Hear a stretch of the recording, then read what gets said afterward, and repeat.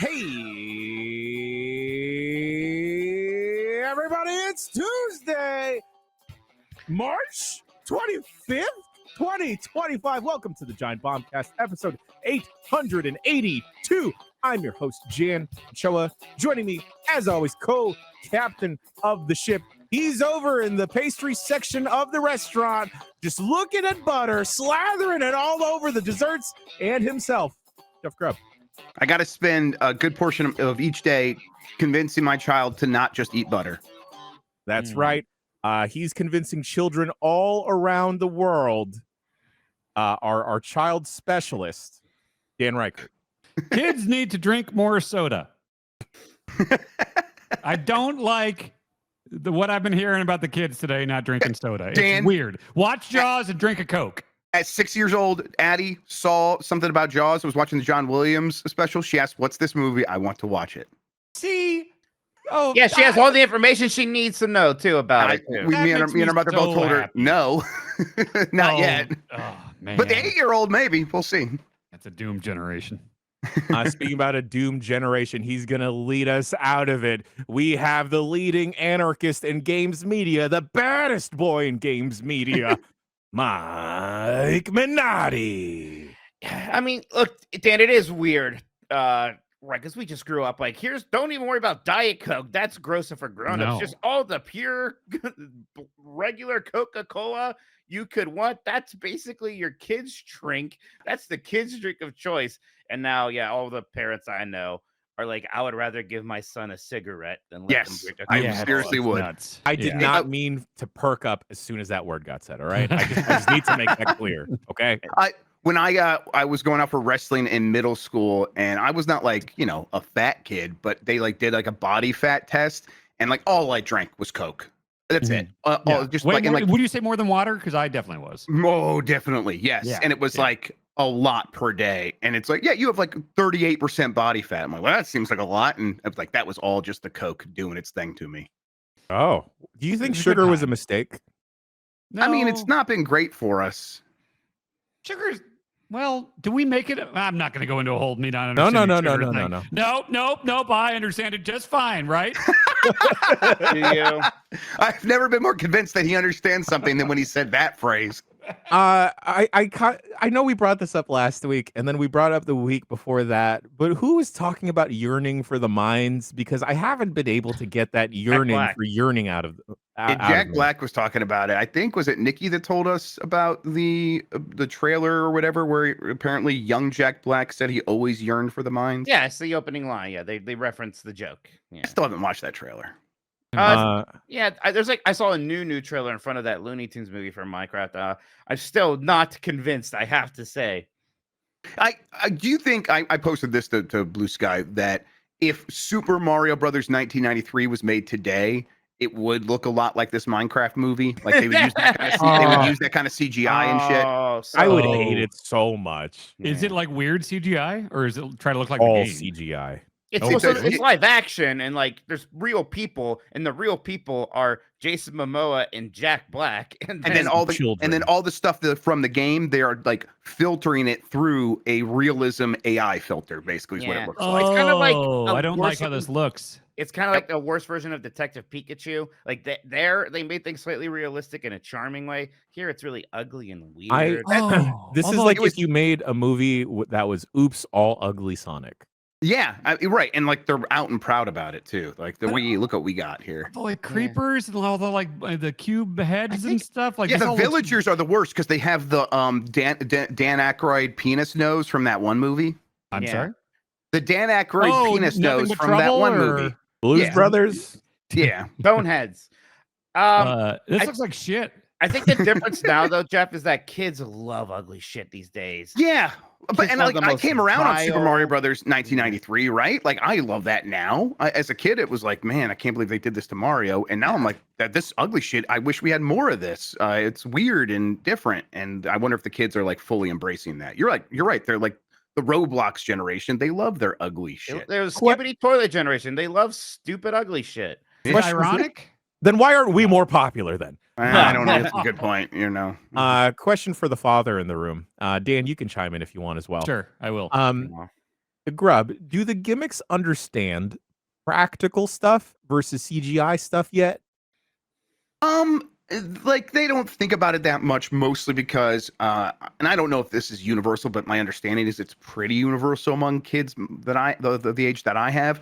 They don't really watch much live action at all. They are almost exclusively watching animated films, and that's computer animated films, which is kind of all that exists today. So it's kind of a hurdle to get them to even try some live action stuff. Emmy's just sort of like maybe doing a little bit of that, but overall, it's like if it's not animated, they're like, this is not a kid's movie, and therefore I am bored. You know what's not a 3D movie that's in theaters right now? You can take the kids to see. The world is about to be destroyed or something. Yeah, the day the Earth blew up. I went with my nieces and nephews, and they all liked it a lot. Oh, okay. I'm gonna take them. Shit. Yeah, that's great. Yeah, you'll definitely like it. But yeah, I'm pretty sure they'll like it. Hey, this just crossed my mind while we were talking about live action stuff. I don't think we can call the live action Lion King live action. Oh, this is a very old conversation. Is this old? Jan, I'm sorry. Okay, no. You're right, Jan. But it is a conversation that's definitely happened a bunch, and it's like even the people that are saying live action at this point admit they're like, yeah, we get it's a CGI. It's just to delineate between the two. Yeah, we got to make a difference here. I'm not gonna say realistic animated one. You know. Apparently, me and Bonk are way in the minority by we both like that movie a lot. Yeah, you're fucking weird. Fine. Bonk saw it twice in theaters. I've never known her to see something twice in theaters. It's completely fine, but it's just like I don't want to see fake, real animals. Cartoons are fake. Well, no, you know what I mean. Like they're presenting it as like this is live action. They're not saying it's a shoe. They didn't say it's a documentary. There's no David Attenborough talking over it. What I'm saying is I just want more puppets. Give me more puppets. I am pro puppet. Yeah. Did anybody else see Mufasa? It was okay.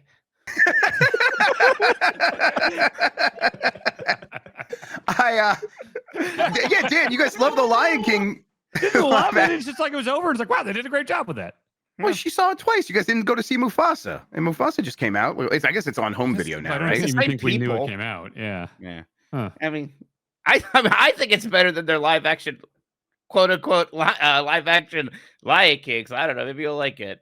I only have time for great movies like what I watched this weekend. Abraxas, Guardian of the Universe, starring Jesse Ventura as a space cop. Yeah, I saw that too for some reason. Was that Tam's fault?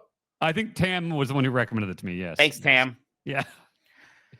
It was bad. Yeah, it's like it's a sci-fi movie, only in the sense that Jesse Ventura is a space alien cop, but like the whole thing just takes place in suburban Canada. So a new direct got announced for April 1st. It's the Goat Direct for Goat Simulator. Oh, did I get you guys excited for something? So are they doing the day before? Okay. Yeah, it's also April Fool's Day, right? So that's fine. That's smart and good. This is the thing you're talking about when you heard there was an obligation that had to be met. Is it just for the goats? It was not for the goats. Okay. No, it's not for the goats. Okay, well, there you go. Breaking news. I'm anti-goat, by the way. Jeff Grubb, you want to deliver that again? Oh, yeah, new direct. Confirmed for April 1st at 4 p.m. Central European Standard Summertime, which is not a real time. Goat Direct is happening from the people that make Goat Simulator. There you go. You know, don't the gimmicks like Goat Simulator? And they love Goat Simulator. It's really ugly stuff. Yeah. Oh yeah. And they think it's hilarious. I think goats a couple days ago. I was watching a show that involved a goat, and the goat was maybe in peril for a second. And I was glad the goat didn't get hurt. And I was thinking I think goats are pretty cute. Goats are. You don't like goats? No, I'm anti-goat. I think it's because of that one goat in My Neighbor Totoro. If you don't talk about, they like hyper animate detail this goat, and it's got the weird goat eyes, and it's one of the scariest things I've ever seen. It's just this goat in this Japanese kids movie. Mike was also an altar boy, so all the times they sacrifice goats in the Catholic Church. Listen, I'm not Catholic, so I don't really know. Didn't you guys see the witch? I did. The Vivitch? The Vivitch. I did not see the Vivitch, no. I love that movie. Oh, you're a baby. You would grow up if you saw cool adult movies for grown-ups like me, like The Witch, and that's about a Satan. It really did break a lot of people, Dan, when you said that made you grow up, and then Mike's like still waiting. It's like, yeah, good point. Yeah, it was the right response. I got you pretty good there, but you gotta admit it. He has good comedic sensibilities. What can I say? Weird. Yeah. How's everyone doing? We're okay. We're hanging in there. Great. Spring is about to be sprung. Doing fantastic. Computers here, which it was like a little annoying because like the riser for the graphics card came in a little mangled, and it's still working right now. But so like it was terrifying when you guys sent me that picture. I was so angry on your behalf. I was maybe the angriest I had ever been for a moment when my brother's like, "Well, I don't know if this computer is gonna work." Like, I didn't like that. I didn't like hearing that after spending the money on a pre-built. The PCIe port, for people that are like hearing and wonder what you're talking about, the PCIe port where the riser plugs into so the graphics card can go stand up and be all pretty and prominent in the front of the case, it looked like someone had stepped on it inside the case. It was insane. So yeah, I don't blame you for being upset, but apparently it's working. It's working, and I'm making them buy me a new riser. First, like, we could send you a new computer. I was like, no, I set up the computer, and I'm not. Look, if you send me a new computer, I'm just gonna replace the riser and send it back to you, right? And like, let's just not do that. Just give me a riser. But also annoying was like pieces of that thing broke off and were rattling in the fans under there, so I had to like tilt the computer around to get those bits out. But everything's running well. Games are looking good on it. I'm looking good. I'm hopefully sounding better too. So whatever, it's there. So everything's working great. So you got a new computer that's working great. I got a retro tank that's working great. Oh, come on, man. It seems like everything's just coming up GB, folks, right? But, your retro tank works? Oh, swimmingly. I streamed with it this What's weekend. That like? It was great. Oh, the auto cropping and the auto gain. Which one is this called? This is the 4K CE. I mean, Grub, you know. Cat, does your retro tank not work? It wouldn't turn on. Oh. It wouldn't turn. I tried a bunch of stuff, and then you tried the reset button on the back. I tried the reset. I tried everything. I tried. Sure it's plugged in, buddy. I tried plugging it in. That just surprisingly didn't work. All kinds of different cords and cables and power supplies, and like they're like, it takes a very specific power supply. So I ordered that exact power supply. I'm like, and they're like, "Well, take a picture of the back of the one you have right here." Like, "Oh, that one should work." I'm like, "Fuck off!" And so, it just simply would not turn on. So I emailed them, and the guy that actually makes this stuff is the guy that runs the support. So I was like, Mike Cheese, like, "Hey, just send it back to me." I'm like, "Thanks, Mike. All right, here you go." So I've sent just the unit back to him, and he's gonna like apparently fix it and send it back, which that's nice. But boy, was it disappointing. So like, all right, I have got like 2.5 hours. I am going to settle in for some me Jeff time, playing some old video games. I'm going to set up on the computer first, and then I'll move it. And it just didn't get past step 0. It was very frustrating. Oh, that sucks. I'm sorry. Well, it is very good when you get the new one back. It's like how you're kind of like tinkering around with it, because I realized what I am going to do with this thing primarily is, and you were like confused by this originally, I'm going to use my Mister on it. Yeah, I think I understand that now, because like the idea over of putting, HDMI. Because you can go in through HDMI. That's what I was doing with I was actually going HDMI out of my GameCube with an adapter I've got on the back of that going into the retro tank. And then all the like actual like scanline stuff, I usually don't turn that on when it's just like an in-game scanline thing. But just the level of like, customization you can have over that is incredible. All the auto cropping and things to make it fill your screen perfectly. Like numerous different inputs and stuff. I put a VCR in the front. I was watching the best of Tool time on VHS. It's a good device for sure. The remote actually being like labeled and custom for that device is a lot better than the previous one. It's really, really good. You could do direct HDMI. So like the Mister will put out at like the exact resolution of whatever console you're using. But the RetroTink 4K CE has this pre-scaling feature, which basically just like, you don't need to worry about that. On the RetroTink, it'll just take samples of like every 4th vertical line of pixels.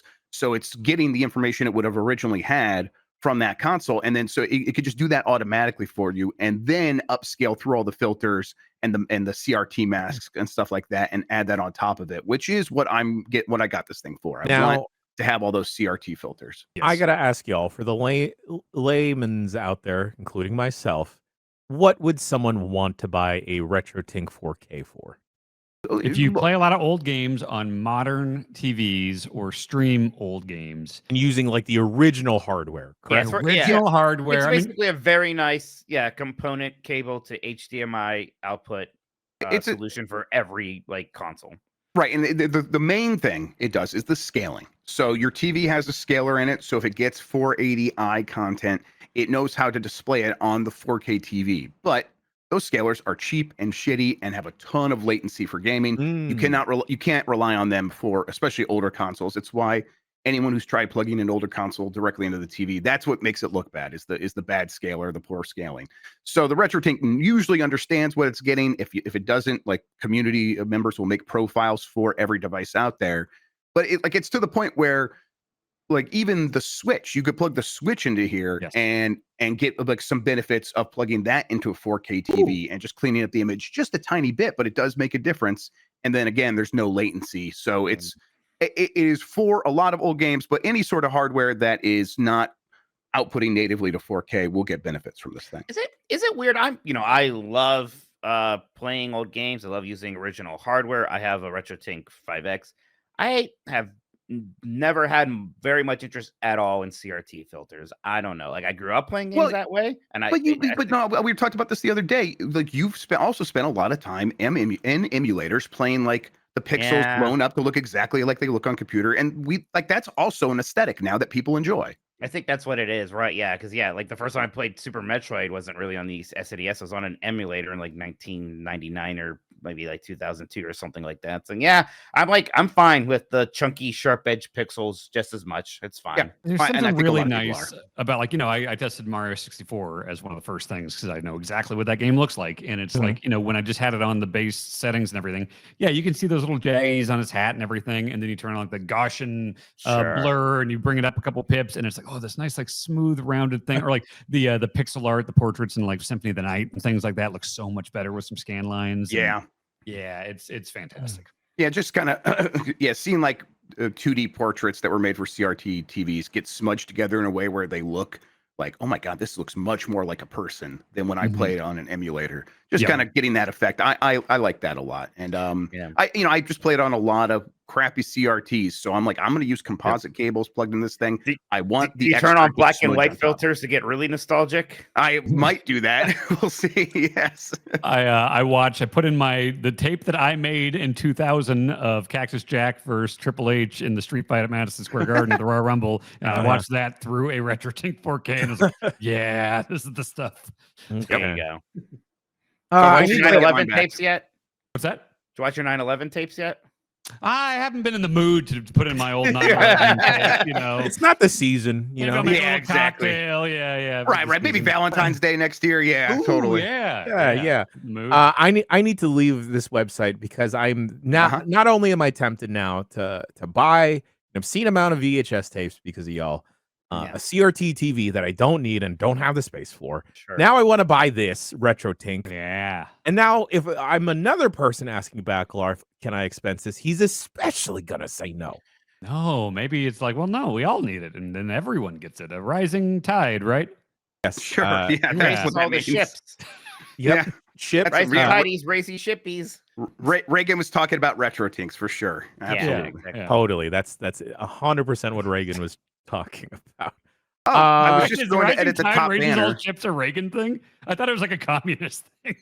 No, it's very much a capitalism trickle down to economics thing. It's the I exact thought it was opposite like the of communism. Like, if we all do this together, all of our ships will be raised. But Reagan, that seems like the opposite. Yeah, before I used to think it was a vibes-based thing, but now it's like how it's okay that the rich are rising. It's kind of make the poor people rise too. Of course, that's not how that works.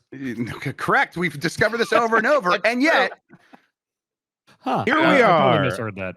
I went to go edit the top banner here in chat to say Jan's leaving. As soon as I clicked it, I believe Nikki had already done exactly that. Yeah, good job. Nice. I'm gonna hit this button. Oh my God! Wow! Okay. I should not have things on a random folder. Instead, I'm gonna hit this. All right, video game. I think we may have found our new segue sound.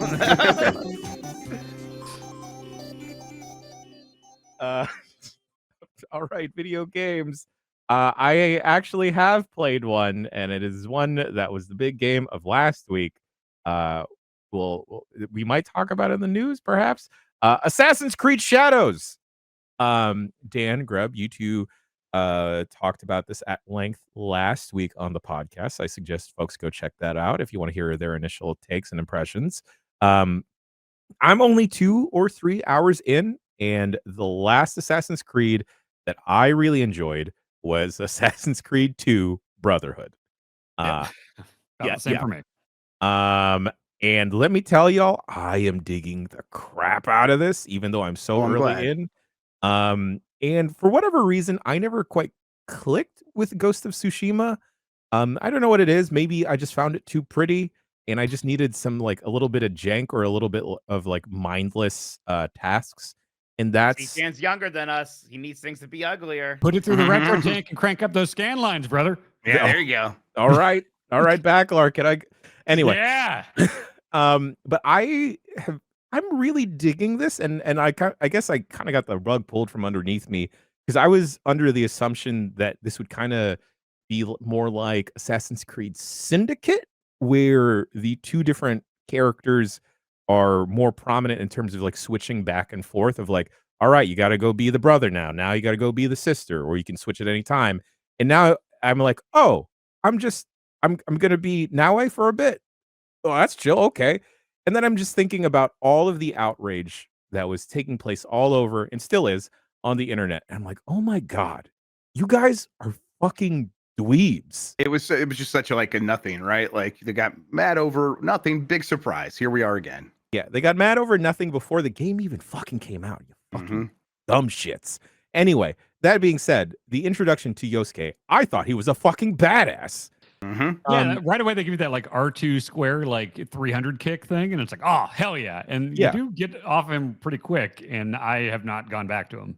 Yeah, I just got back to the point where I'm back to him. So it's like it takes a long time. I think for me it was 9 hours or something like that, and I haven't played much more since. You had to play a whole video game before you got back to him. Basically, yes. And it's, I mean, I think it kind of is everything everyone was saying. I think it's a combination of factors. I think they probably did like pull back a little bit from like his introduction, like, and gave more time with Naue, maybe just to like avoid criticism, even if a lot of it was bad faith. But I think also he just was an afterthought. Like, I think it was, we have Naue, who is the ninja, and that's where all the, like, we're gonna have all our fun innovation here. And then for someone who just wants to go in there and wreck house, here is this really tall guy in Japan just beating everybody up. It's it is like an alternative, but it also is just like less in the weeds of figuring out the Assassin's Creed systems, because you could just go in there and beat anyone up by punching them or doing the 300 kick. Can he climb? I think so. Like he can like scale like a whole like temple like she can. Yeah, I don't know if it says elegant. I think so. God, I'm like, I said, when I got back to him, I don't remember. It still has to be. I know it's a different playstyle, but it's still an Assassin's Creed game. You gotta be able to climb a building and jump into hay. Oh, they're saying no in chat. No, he cannot. Oh. Yep. I mean, it's really? it is like very different in a lot of ways. Huh. Weird. And you have to like, it's like, okay, now I'm on the dude section. I have to go through, his story before I can go back to Naue.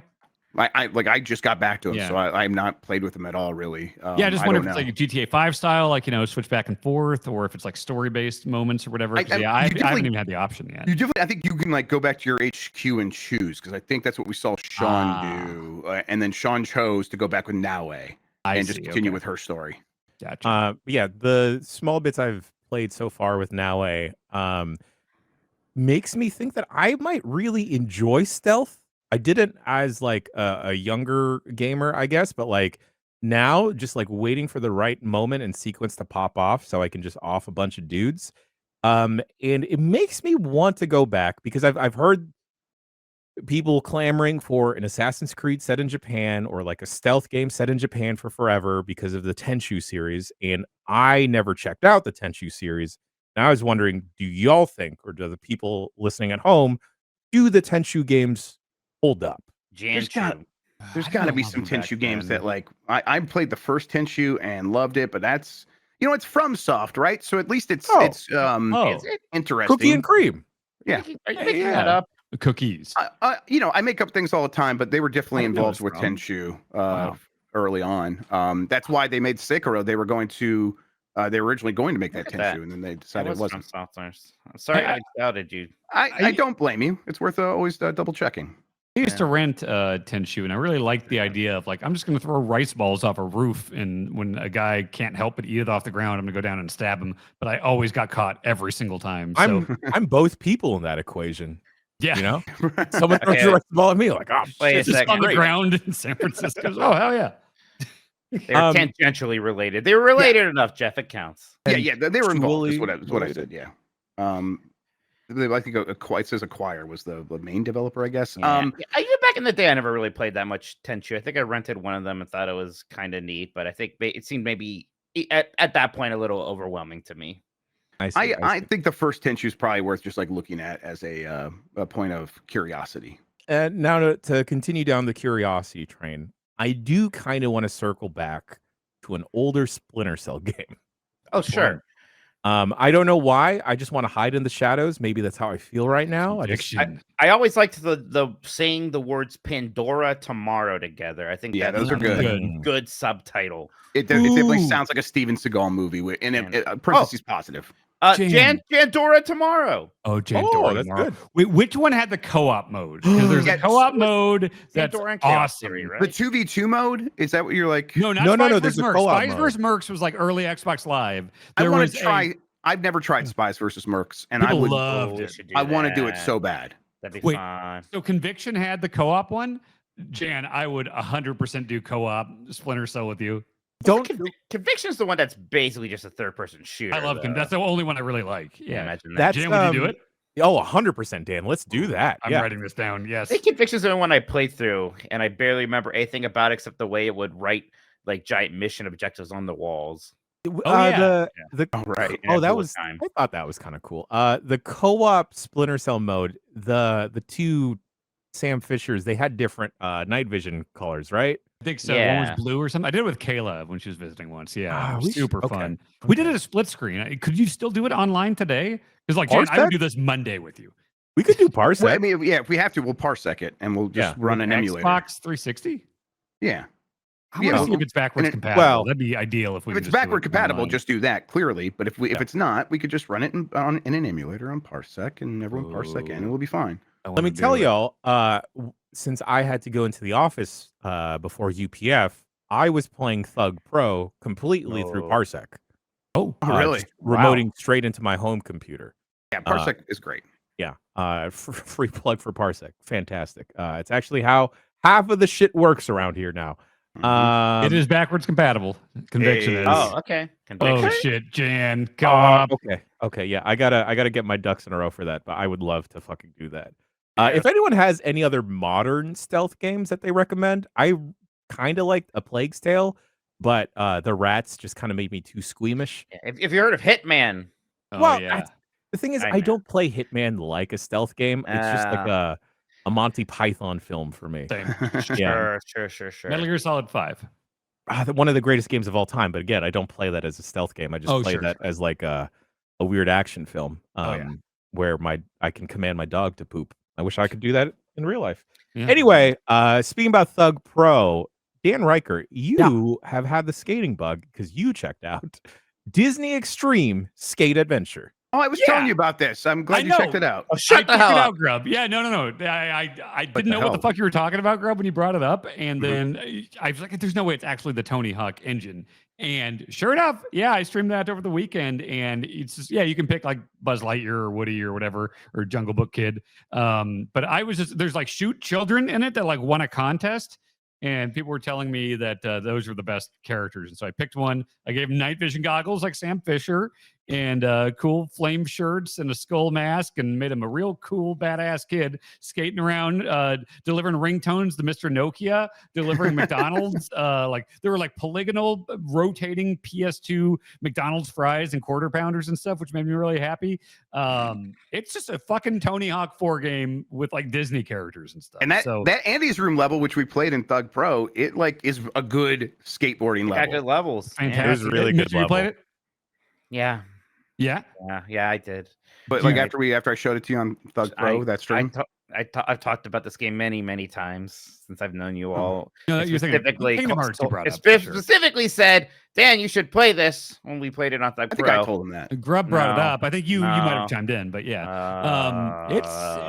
So it's like there's like a hub where it's like you start in this like city thing. It's like, oh, do you want to go to the Jungle Book place? Do you want to go to the Tarzan place? Do you want to go to Andy's room? And yeah, it's fun. There's like a little army men in the Toy Story area giving you quests and stuff. It's just a secret Tony Hawk game on the PS2.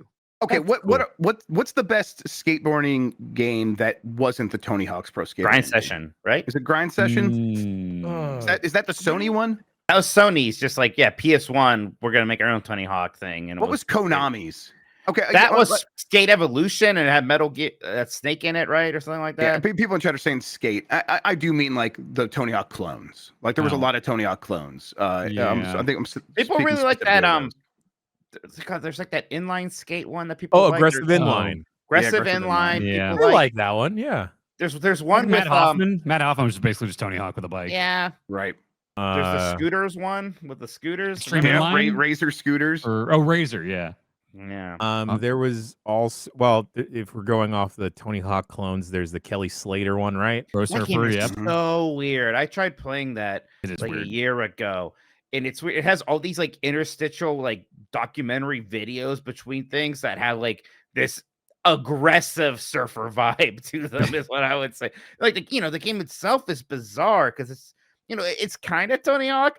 Obviously, surfing in a wave is very different. It's much more rigid and specific what you have to do. It's kind of hard to get a grasp on it. It's a weird game. I'm glad it exists. But we want to talk about weird. There was also Wakeboarding Unleashed, featuring Sean Murray. Murray. That's not the red. Just Sean White. No, that's Sean White. You're thinking of. Yeah. Hey, I played that skateboard game at like a million conferences. I assume it actually came out at some point. It did come out. I didn't like the demo. No. Yeah, it didn't jive with me too much. Yeah, I brought this up like I had to be on this show like 2 weeks ago. But Johnny Mosley's Mad Tricks, where he's like, "What if it snowed in San Francisco?" It's stuck in my head forever. I don't think I've ever actually played it. I've just seen that one clip of him. Well, Grub, I think it's time. All right. Well, let's make it happen. We should play a bunch of these. Is actually what I'm getting at. We should have more of these. I used to tell myself that 2 Extreme was good. Oh no, it's not. It's not good. Was it 1 Extreme? There was 1 Extreme, 2 Extreme, and 3 Extreme, or is 1 Extreme? It couldn't have just been called 1 Extreme, right? Were you talking about like X Games? It was 2 called Extreme, 1 the first one. It was called 1 Extreme, the number 1 and Extreme. Why wouldn't they just call it Extreme and then 2 Extreme? Did they know? That's weird. They knew. Yeah. They're ready. They're franchising immediately. 2 Extreme's not great. Oh, it's Extreme G related. Oh. In the same vein as all these other extreme games, Downhill Domination. I just need to shout out that game again. Oh yeah, that was great. So fucking cool. Yeah. 1 Extreme's the one with street luging, right? Yeah, you could pick. It was like a Diddy Kong Racing. You could like skateboard, bike, or street luge. I want to say, yeah. And then you got to beat Whiz Pig. Street luging is insane. Mm-hmm. Should we have Skate Week? Sure. Yeah. Ooh, grind session. I mean, yeah, put up a new skate deck. Maybe we should time out Skate Week for a week where you can't do Blight Club. So we'll do Delight Club with Tony Hawk Ride. Okay, yeah, sure. I have the controller. Wait, what? Who's going to be delighted by Ride, though? What are we talking about, Delight? Yeah, that's not a Delight. That's a Spike Club. That is just going to be a Blight Club game sometime, probably. Jen, do you like Tony Hawk Ride? I don't know. We had a board at the office. It's fucking terrible. There is except for the video of that pit bull playing it. Okay. Somewhere on a hard drive buried in the fandom office is old footage that I made Gersman get on to a green screen on top of an Apple box with the Tony Hawk Ride controller for the Jeff Gersman Pro Skater intro. It's one of my prized possessions. He did a Christ Air for one of the bits, right? Yeah, it was a shoot Christ Air. Yeah. All right, let's see. Speaking about Disney Extreme, that is my favorite thing about Jesus Christ. It's the Christ Air. I'm sorry, I just like that's the coolest skateboarding trick you can do. Thank you to Jesus for that. Not the compassion to the poor. It was a work. We can't do this right now. Doom Eternal, Jesus Christ's favorite game. Oh, me, but not all the stories. Yes. You can't do that stuff. I thought that you thought Jason was a shoot. You're so concerned about if he ate corn or not. Well, I think there was probably a shoot dude at some point, but I just don't believe all the walking on water and floating to heaven stuff. Doom Eternal. That's a shooting video game. Yeah, Jeff and I have a game club over on our Discord for our stuff. And right now we are playing through Doom Eternal. Seems timely with Doom the Darky just coming out. And I played this game when it came out and I liked it, but I did fall off it relatively quick for some reason. I will say, I remember back then thinking, boy, these levels are long. I don't know why that would be a problem, but it feels like a problem, especially in a game like this that's very, kind of high strung. It can be stressful. I also got bullied by my chat into playing it on ultra violent, so it's pretty hard. Oh, because I've been watching you play it. I didn't realize it was on ultra violent. It is fun that way because it is like a good challenge, but it is it's a taxing game. So there's something about the 90-minute levels sometimes where it's just like, oh man, we're still just going through this same level. But boy, it is just very good when you get into the flow of things, right? I mean, it's just like its predecessor. It's such the antidote what had become those shooting gallery games of look down the scope, auto lock onto something. You get hit, hide behind cover, so your health regens, right? It's like, no, this one you got to keep moving. You got to be swapping weapons constantly because some are better against different people, and you're sort of constantly worrying about ammo. And then you're doing the chainsaw to get ammo. You're doing the flamethrower to get armor. Doing the glory kills to get health. It's just such a very, very good flow going on there. And you know what? I like the first-person platforming. I'm always actually I'm a sicko for that stuff. I grew up on Jumping Flash 2, and I love Mirror's Edge, Metroid Prime, any game of first-person platforming. I know that is disgusting to some people. I like that shit. I'm good at it. I can first-person platform that. That's why I was so good at Neon White, Jeff. I was in my element with that. Yeah, no, I'm right there with you. I'm like, I've never played this, and I'm like, all the complaint is always there's too much of that stuff. I'm like, that sounds pretty good to me. So I'm excited that you're playing this, and it's convinced me I'm going to do the same. I'm sorry, Mike, but you didn't exist in my head yet when Neon White came out. I know, it's okay, but I was very good at it, Jin, and I want you to know and be proud of me. You know what? I am proud of you. Just like I am proud of Jeff Grubb checking out Mother 3. I'm playing Mother 3 on my Game Boy Advance. It's Ambernick. And it's good. It's First like playing time? a cart. I've never even played Earthbound, really. I mean, I've started a couple times. So I'm starting with Mother 3, which is dumb and stupid, but I like it. So Mother 3 is basically the sequel to Earthbound. They were originally making it for the 64DD, and I remember those screenshots in magazines. And then they're like, oh, we're canceling that. We're making it for the Game Boy Advance. I was like, okay, whatever.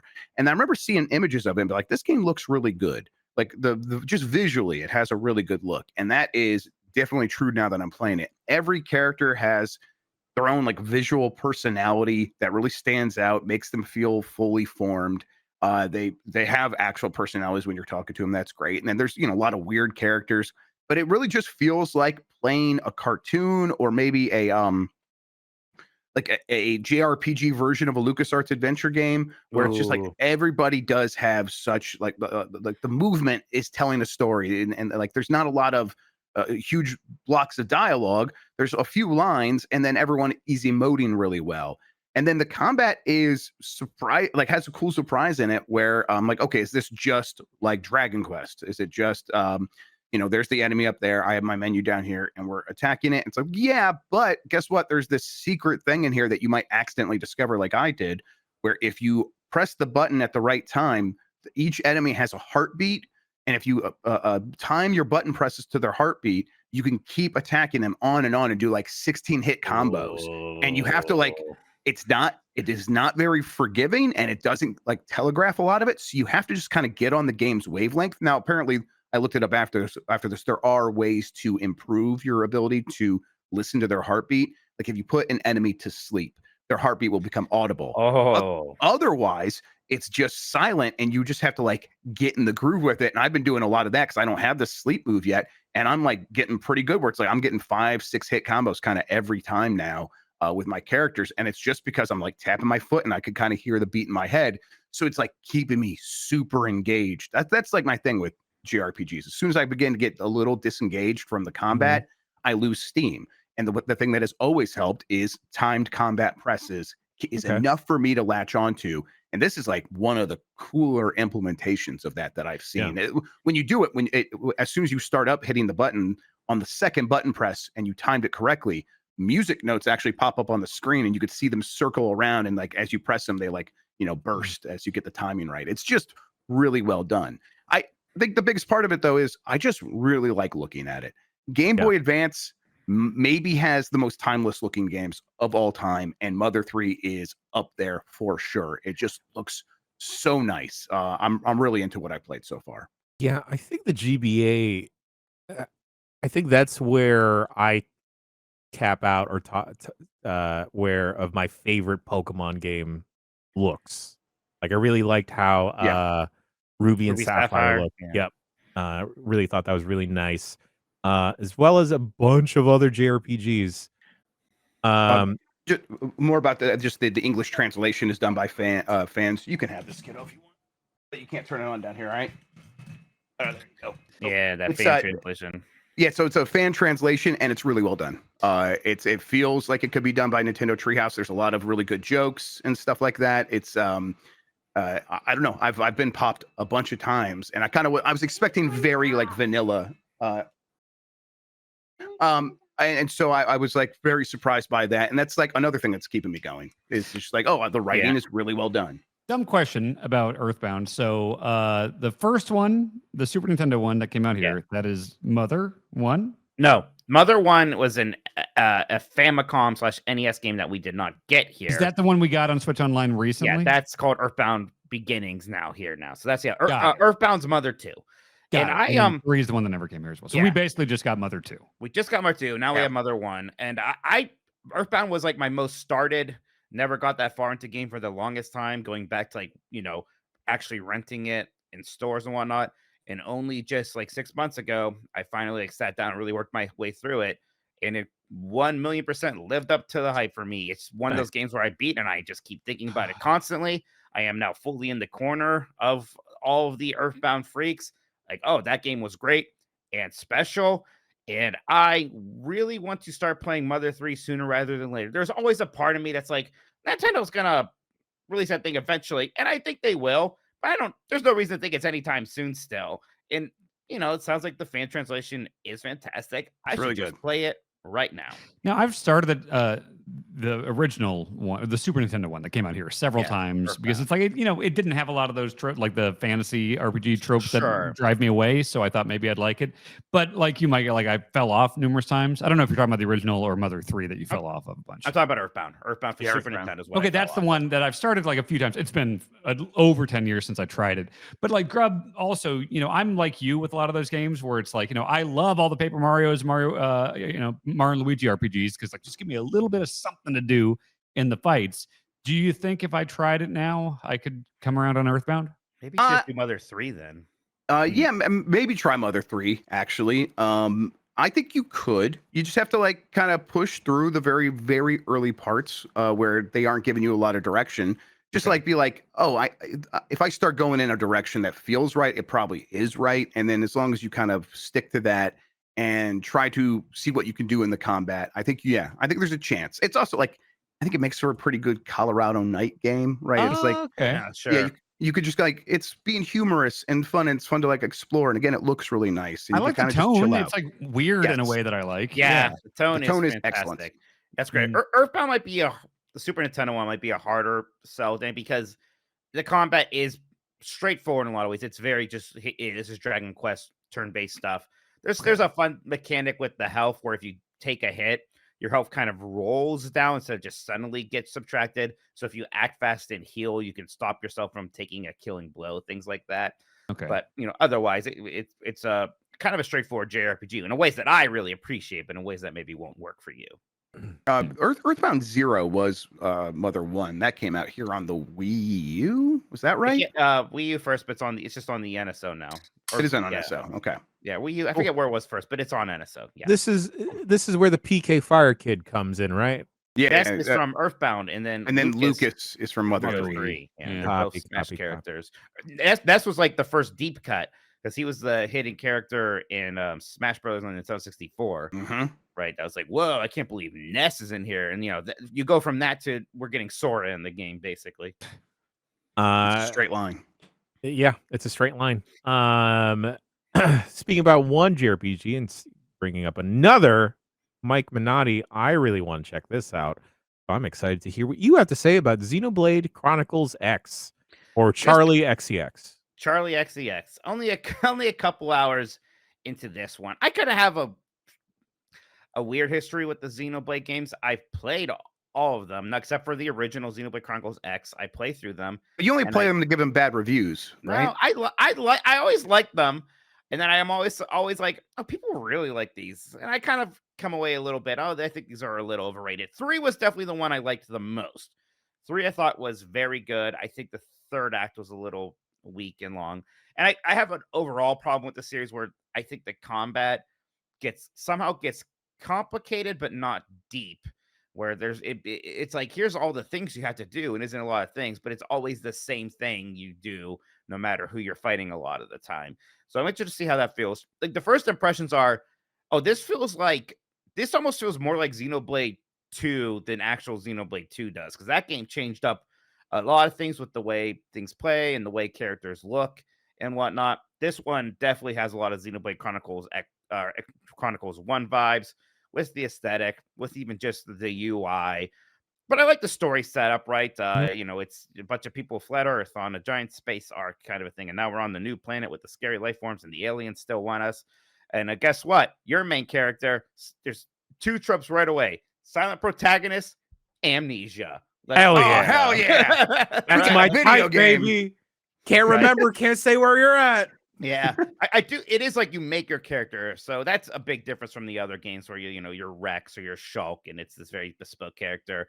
And part of me is like, okay, maybe that means this game isn't going to be quite as cutscene heavy. And of course, the beginning has still had plenty of cutscenes. I just expect that for any RPG, especially a JRPG. There's just a lot of setup there.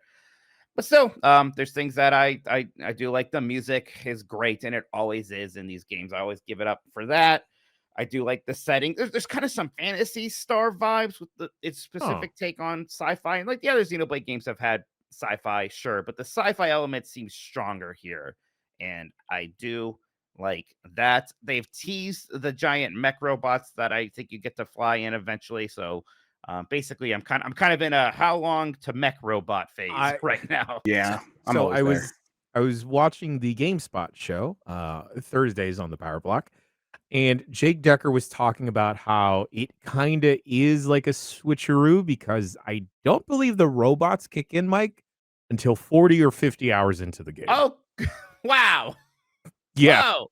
That's too long for time to make. That's my other big complaint with these games. These games are always, I think, way too long than they need to be. They're always like 80, 90 hours long. Yeah. Like, man, that's wild. I know like Personas get away with it, but boy, I don't think that many RPGs or JRPGs need to be that long. And these games usually run out of juice for me at that point. I always like push myself through to the end, but I'm always like, boy, I wish this ended maybe 30 hours ago. Yeah, given how slammed my schedule is lately, but my gaming preference is for maybe a JRPG, I would like maybe that I don't have to spend 2 weeks into a game. Maybe I just want to spend like a lovely afternoon or a Colorado night playing one, perhaps.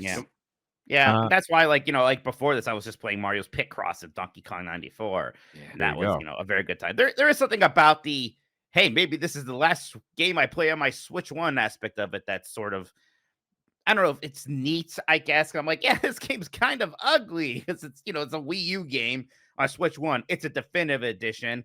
But the Switch isn't that much more powerful than a Wii U. Mm-hmm. So I don't know. The text is tiny, right? And just all these things, the frame rate's not great. And I'm almost finding it kind of charming because I know I'm not going to be stuck with it for much longer. Speaking about ugly looking games, Dan Reichert, you played one hell of a mess last week on Blight Club. I did. Now the reason... Yeah, and the reason I put it on here is because it didn't end at Blight Club. Oh no. Well, I beat ET for the Atari 2600 on Blight Club, and now I am number 10 on the global speedrun leaderboard. That's awesome, man. I'm so impressed. I'm the 10th best ET player in the world. Yeah. I've always said that about the you. fucking mods on speedrun.com. Get on it. My time is there. It's a legitimate one. I submitted it like a fucking week ago.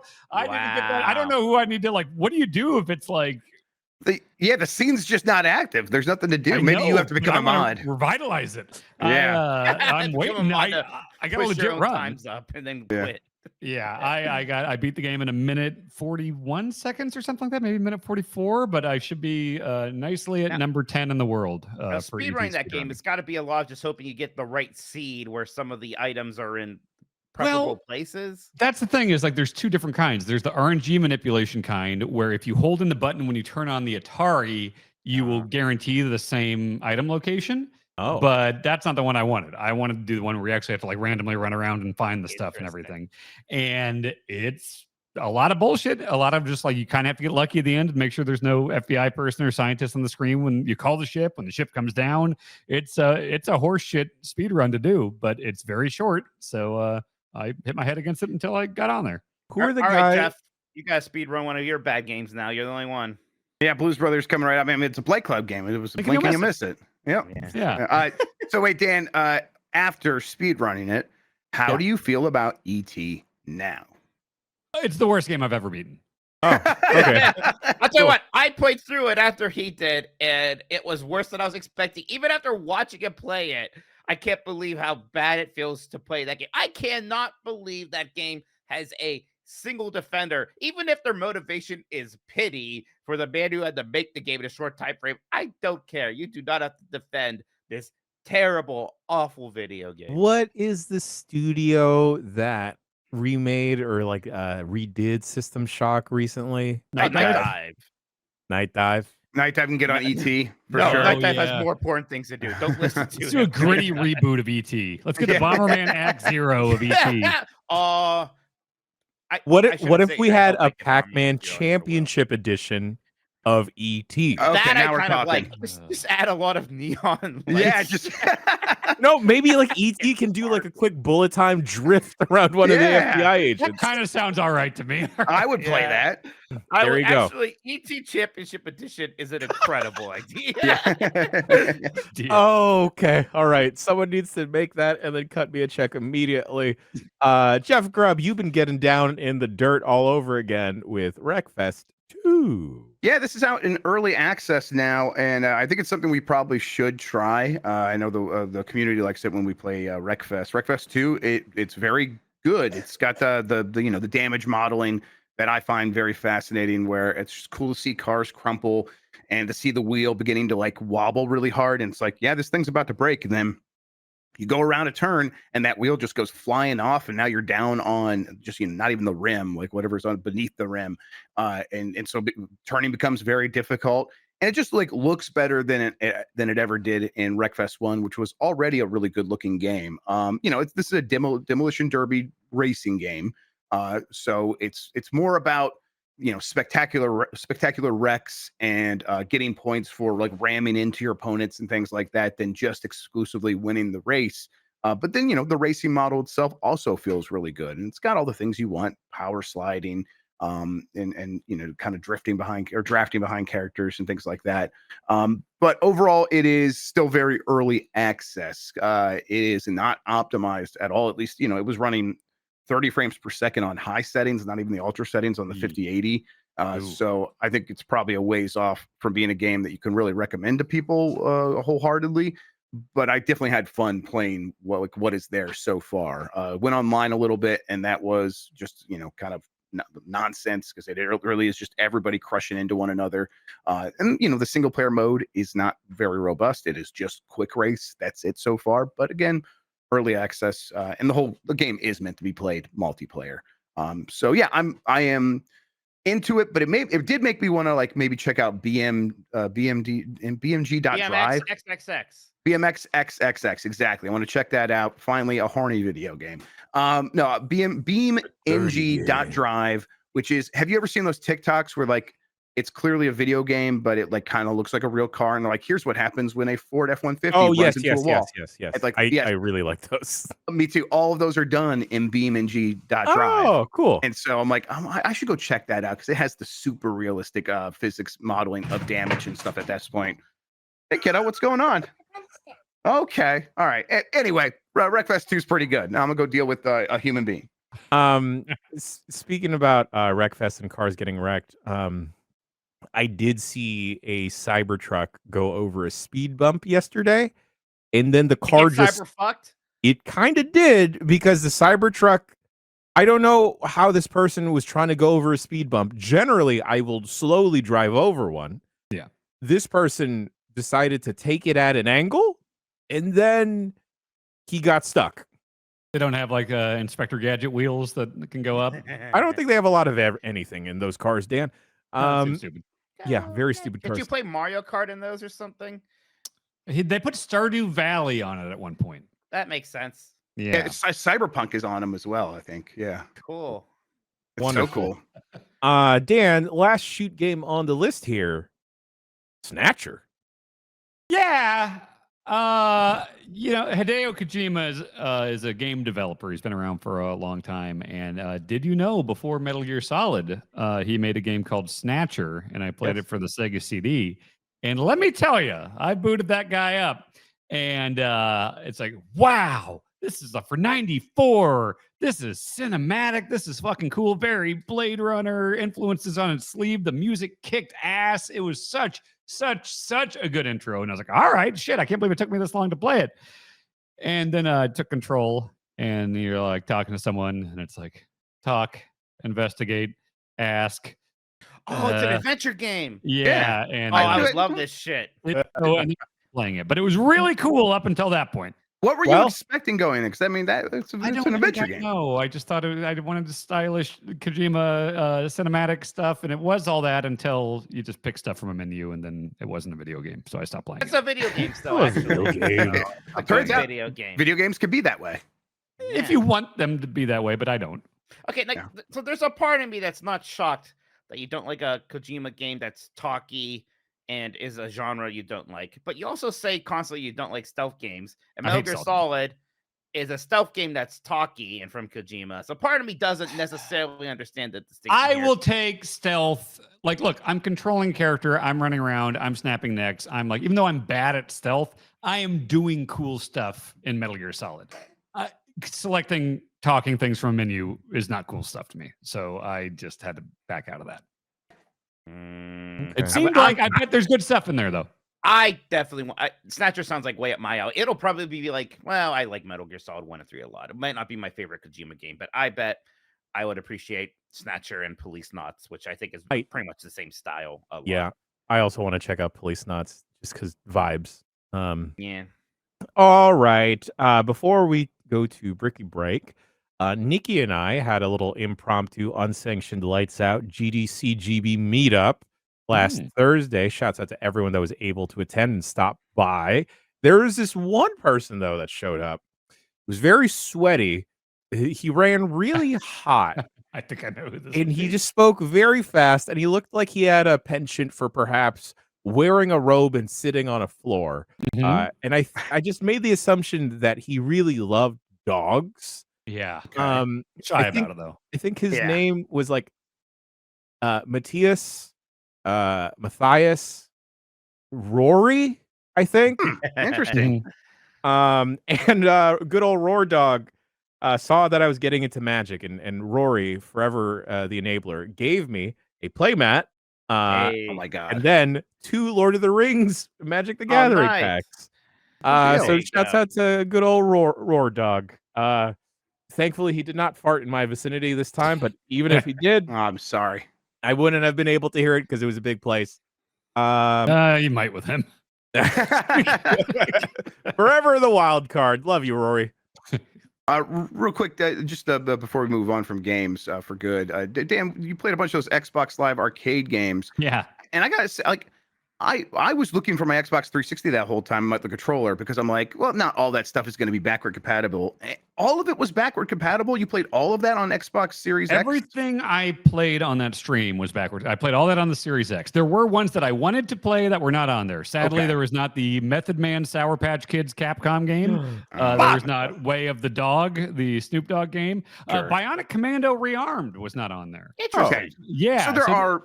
There's some. Yeah, there's some omissions. It's got to be on Steam, though, right? Rearmed? I would hope so. Those games are There's good. a sequel, too. Yeah. Hey, that Castlevania game y'all finished the stream with? Yeah. Weird. That zoom out is crazy, where you see the whole fucking thing with all the enemies and the boss shooting a beam across the whole stage. Like, wild. Yeah.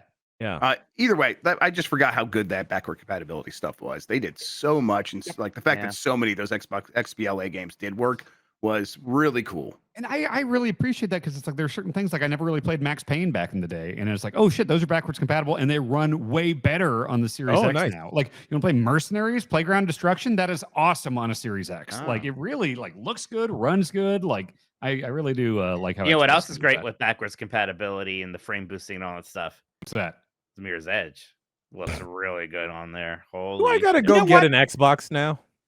You know what? Okay, Jan, let's try to get Splinter Cell co-op working by Monday. If we hit any snags, or even if I'm putting Mirror's Edge on the short list for Rikers Roulette on Monday. I'm writing that down. Okay, Mirror's Edge, backwards compat. I'm doing it. And Bionic Commando and Bionic Commando Rearmed, they're both on Steam. And Bionic Commando 2009 is very positive recent reviews. Oh. Yeah. All right. I'm going to play that again. It's a good co-op game, too. I'm gonna say it again. The part where you say you're gonna fuck the worm boss is the weirdest thing I've ever seen in a video game. Have I said this here? Cool, I forgot about that. Yeah. It's the weirdest thing. It's the most I thought I was going crazy while playing a video game. I respect so much that they did that weird thing. I do. The fact that it says it normal once, and then if you die, you say you're gonna fuck the worm. That's weird. I do respect it too. You're right. All right. I guess I have to fuck it. All right, folks. That does it for video game talk. We're gonna take a quick break, and we will be back with the video game news. Oh my god! You gotta get the button off there.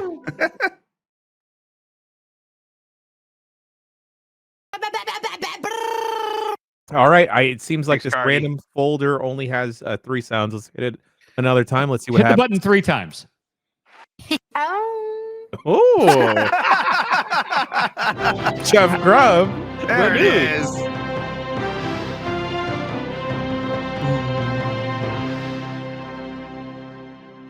All right, I got some news for everybody. Let's do this thing. Are we getting 2 Nintendo Directs in the next 7 days? I don't know, but there's definitely lots of smoke out there. Rumors suggest an imminent Nintendo Direct this week, preceding the Switch 2 Direct on April 2nd. So a separate Nintendo Direct event for that, or some sort of Nintendo presentation. I guess it could be a partner direct or an indie showcase. Could be a bunch of different stuff. But Andy Robinson was teasing this, and a prominent leaker from, I think, Brazil was leaking it. And now Nate the Hate's saying something. And Andy Robinson's from Brazil? Different. No, Andy Robinson in the UK, and then separate from him, a leaker in Brazil. I see. And then I've heard that there was something that was supposed to happen back in February, and it never happened for whatever reason. But they, there were announcements that were supposed to be a part of that never happened. What world event happened in February then? I don't. Yeah, good. It's possible it was a world event, but I don't know. That maybe they were worried about Jimmy Carter dying. I like Nintendo's probably mostly just figuring out things because of the Switch 2. Was that when the Pope entered the hospital? Was it in February? Oh, maybe. Were they worried about the Pope dying? He saved the Pope on Black Club. That's right. We're heroes. He stayed alive for the Blues Brothers. You're welcome, Catholics. Thank you. This is. Sorry. Nope. You gotta stop that. No, that's fine. That's just the whole show now. This is, if it's going to happen, probably will be Thursday. I guess it could happen tomorrow. But I don't know. What do we expect if a Nintendo Direct for the Switch 1 happens like 6 days before Switch 2? Just give us all the little things that are going to come out before throughout the end of the year at Switch, and then all the big boys will be next week. It's kind of weird because it's like boy, a partner direct. You got to get people excited about third-party Switch 1 games right now. Well, I mean, what if it's not? I mean, because they have Metroid Prime 4 that they need to talk about, but we're assuming they're saving that for Switch 2, right? Yeah, Maybe it's delayed. Yeah, right. I don't know. Again, this is a old argument, Jeff. I think that is mostly getting shown off as a Switch 2 game that's also coming out on Switch 1. Well, then what about Metroid Prime 2 and 3? Like, what if they want to talk about those? Fantastic. I would love that. Yeah, that would be great. But it's like, okay, like how much time do we have left until the Switch 2 comes out at this point, right? We don't know. But it could just be a matter of months. So it's like, well, if we're going to be doing that stuff, we better, get on it here. We're running out of time. I mean, like all the analysts think it'll be before like summer really gets started. Insider Gaming had a report today saying June. Other people have said late May. So you're right. Either way, there's not a lot of time based on what like all these rumors and expectations, and even if it is coming out later this year, how much is Nintendo really focused on stuff that isn't Switch 2? It'll be weird. I mean, that's why this whole thing feels weird. And, I think we talked last week, Mike, about, hey, could a Nintendo Direct get announced next week? It's like, no, they're not going to do one the week before they have the Switch 2 thing. Well, now it sounds like they might. Nintendo does weird stuff. Did you see they added Kirby and the Forgotten Land to Nintendo Music, but only some of the tracks? They're like, the rest will come later this year. Yeah. What are you talking about? Yeah. And there's just a new rumor coming out from Ecstasis, who is someone who's been had a lot of rumors recently saying Metroid Prime 4 Beyond isn't going to be featured at the Switch 2 Direct next week. Okay. Well, then maybe you're right then. What the fuck? Oh, maybe Dan's right, and the game's just canceled, and then he'll. Dan, you can't. Critic. Maybe they canceled it because John Cena turned heel, and he was such a Metroid defender. That's what it is. Yeah. They broke up with John Cena. Is Xtaz 1S a good source? He's okay. Yeah, he's not bad. He's gotten a lot of stuff. I'm going to choose to believe he's a terrible source because I want to see Metroid Prime 4. Well, what if we see Metroid Prime 4 this week instead? That'd be crazy. I've decided I'm going to finally play the Metroid Prime Remastered. I'm going to start that like this week. Oh God, it's so good. Right. You had recently played it.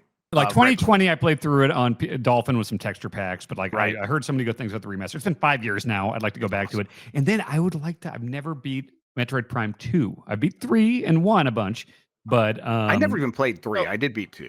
I never beat 2 or 3 also, and I really want to. And I kind of I've been waiting and hoping that they just released them on Switch. But the closer we get here to maybe Metroid Prime 4 coming out, I might just pull out the Wii U and my Metroid Prime trilogy and just do it that way. Nice.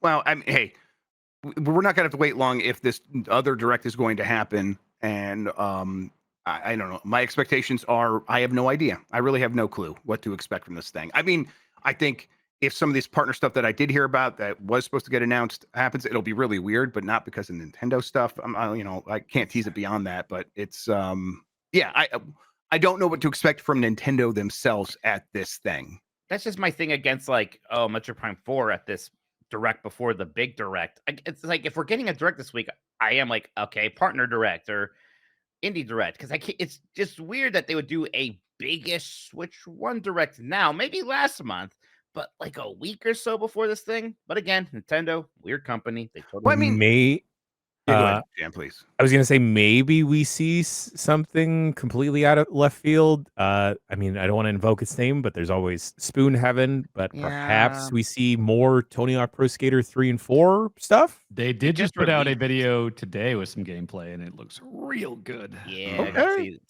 Suburbia, and that new water park level. Yes, it looks fantastic. Yeah. Spoon Heaven, it's like Xbox was the last people talking about that game again just recently. So part of me is like, maybe we see it at Xbox, but Xbox, they generally don't have many events except for that big summer one, and then whatever else they show. Yeah, they have the developer direct every once in a while. Yeah. Yeah, so maybe they won't do one of those, or Spoon Heaven could just be a direct upon itself. I feel bad that I just say Spoon Heaven as its default. Some people have no idea what I'm talking about. Hollow Knight Silk Song. Ooh, what is that?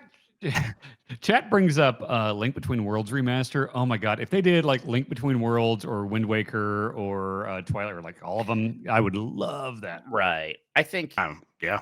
Wind Waker or Twilight got to happen, I bet, before that. I would love League Between Worlds for sure. I love the game. That is a game where I think the 3D is really cool though, and it will be a little bit of a bummer to miss Sure, it. but I'd rather them do the work to fix it up for permanent preservation. Maybe once I actually play it, like I won't miss as much as I think I will. We'll see. Okay, so let's just say Metroid Prime 4 does show up at the Direct this week.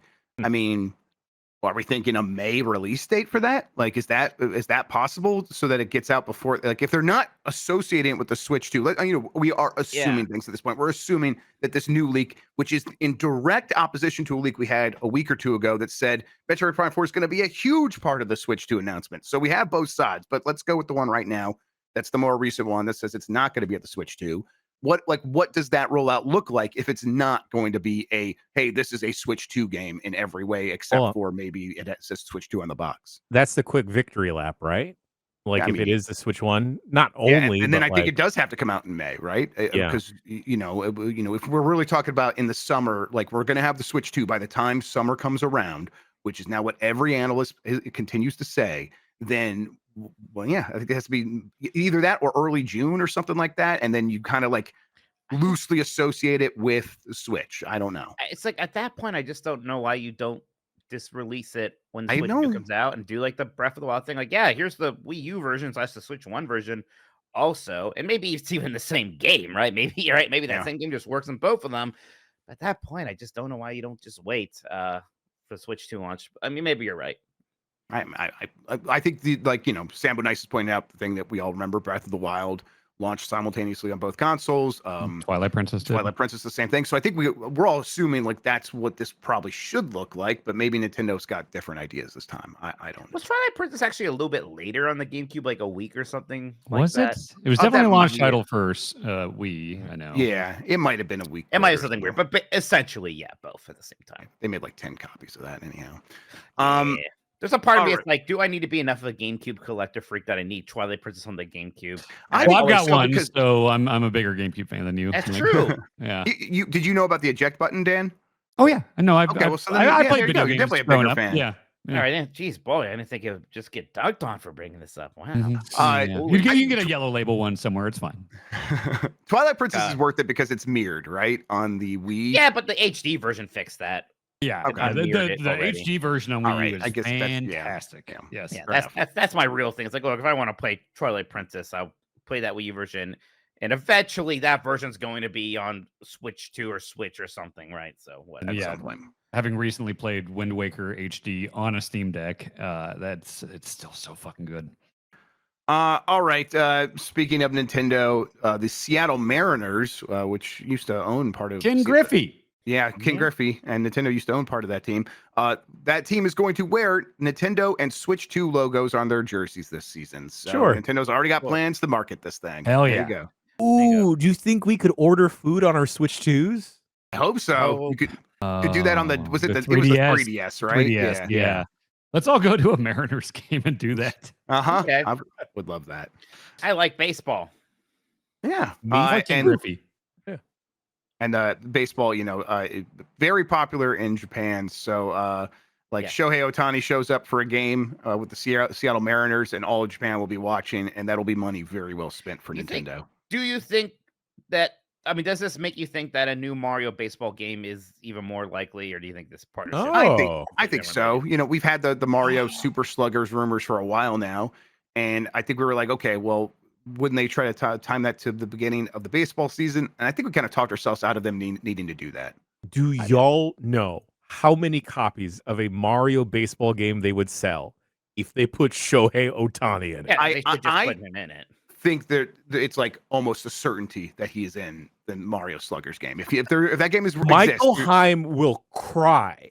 Man. He already does. Yes. Yeah, Shohei Ohtani is maybe the shootest man. So they could say he's from like New Donk City, and that's why, Or they could say he's from Los Angeles, but Japan. Or New Los. I forgot that part of Xenoblade Chronicles X. I don't know why I thought it was so funny, but you're escaping Earth that blew up, and they're like, and we made our new outpost, so we named it after the city from Earth that was based on. I was like, it was gonna be Paris, London, New York, and they're like New Los Angeles. And for some reason, that made me laugh. It is a funny phrase. I loved it in the GameCube version of NBA Street Volume 3, where you could be Mario, Peach, and Luigi. And me and my Hardy played that a couple years ago. And it's like seeing like Carmelo Anthony dunk on Mario is the funniest shit in the world to me. It's good. Do more of that. Yeah, just doing a crossover with Mario is a pretty absurd thing to see. New God of War coming this year, maybe. New God of War side story project set in Greece is reportedly coming this year. I heard about this. I talked about it on Blue Sky. I was trying to find out, hey, what, like there was all those rumors about a God of War Greek collection / remaster around the time of the State of Play.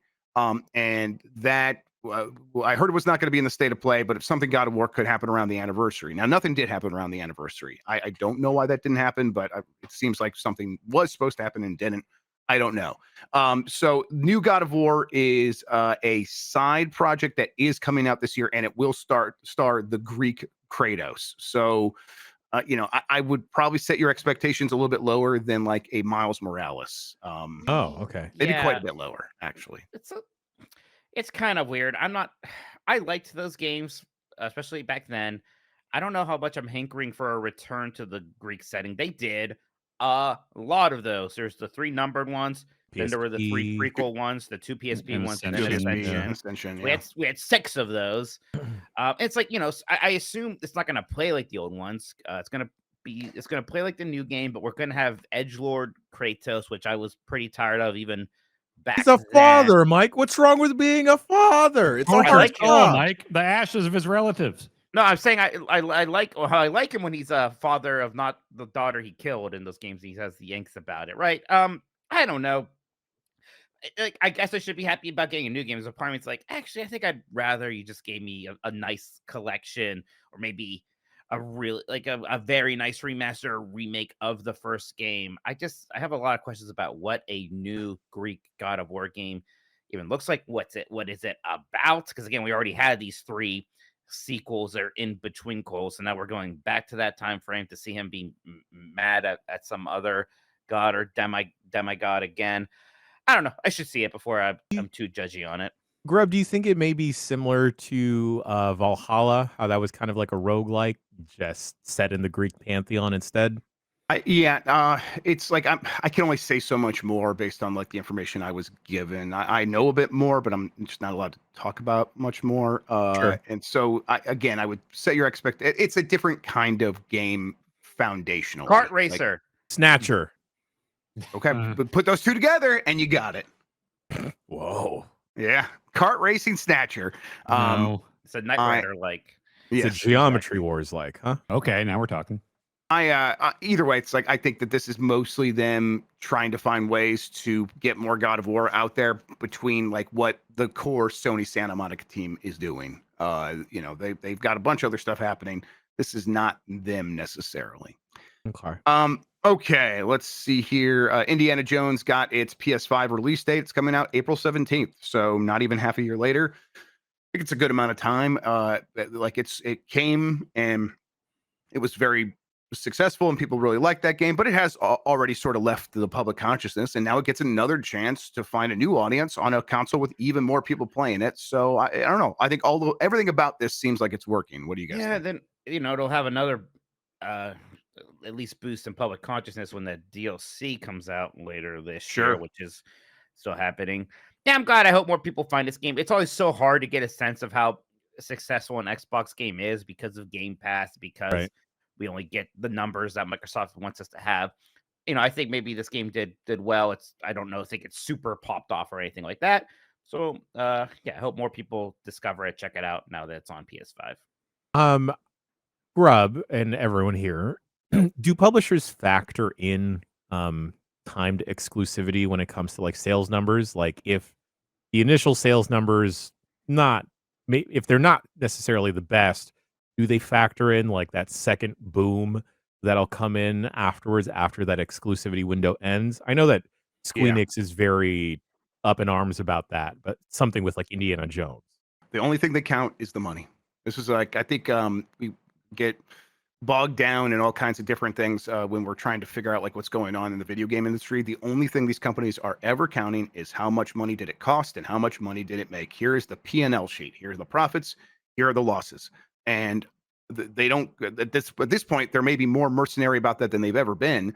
So like, yeah, a company like Microsoft is looking at it like, yeah, we can make more money in the profit column if we put it out on PlayStation, and we don't care when we got that money, how we got that money. It is more money. So yeah, they just put that all in a big bucket and say, this is the money that Indiana Jones made. And that's how it compares to the amount of money it costs to make Indiana Jones. Which number's bigger?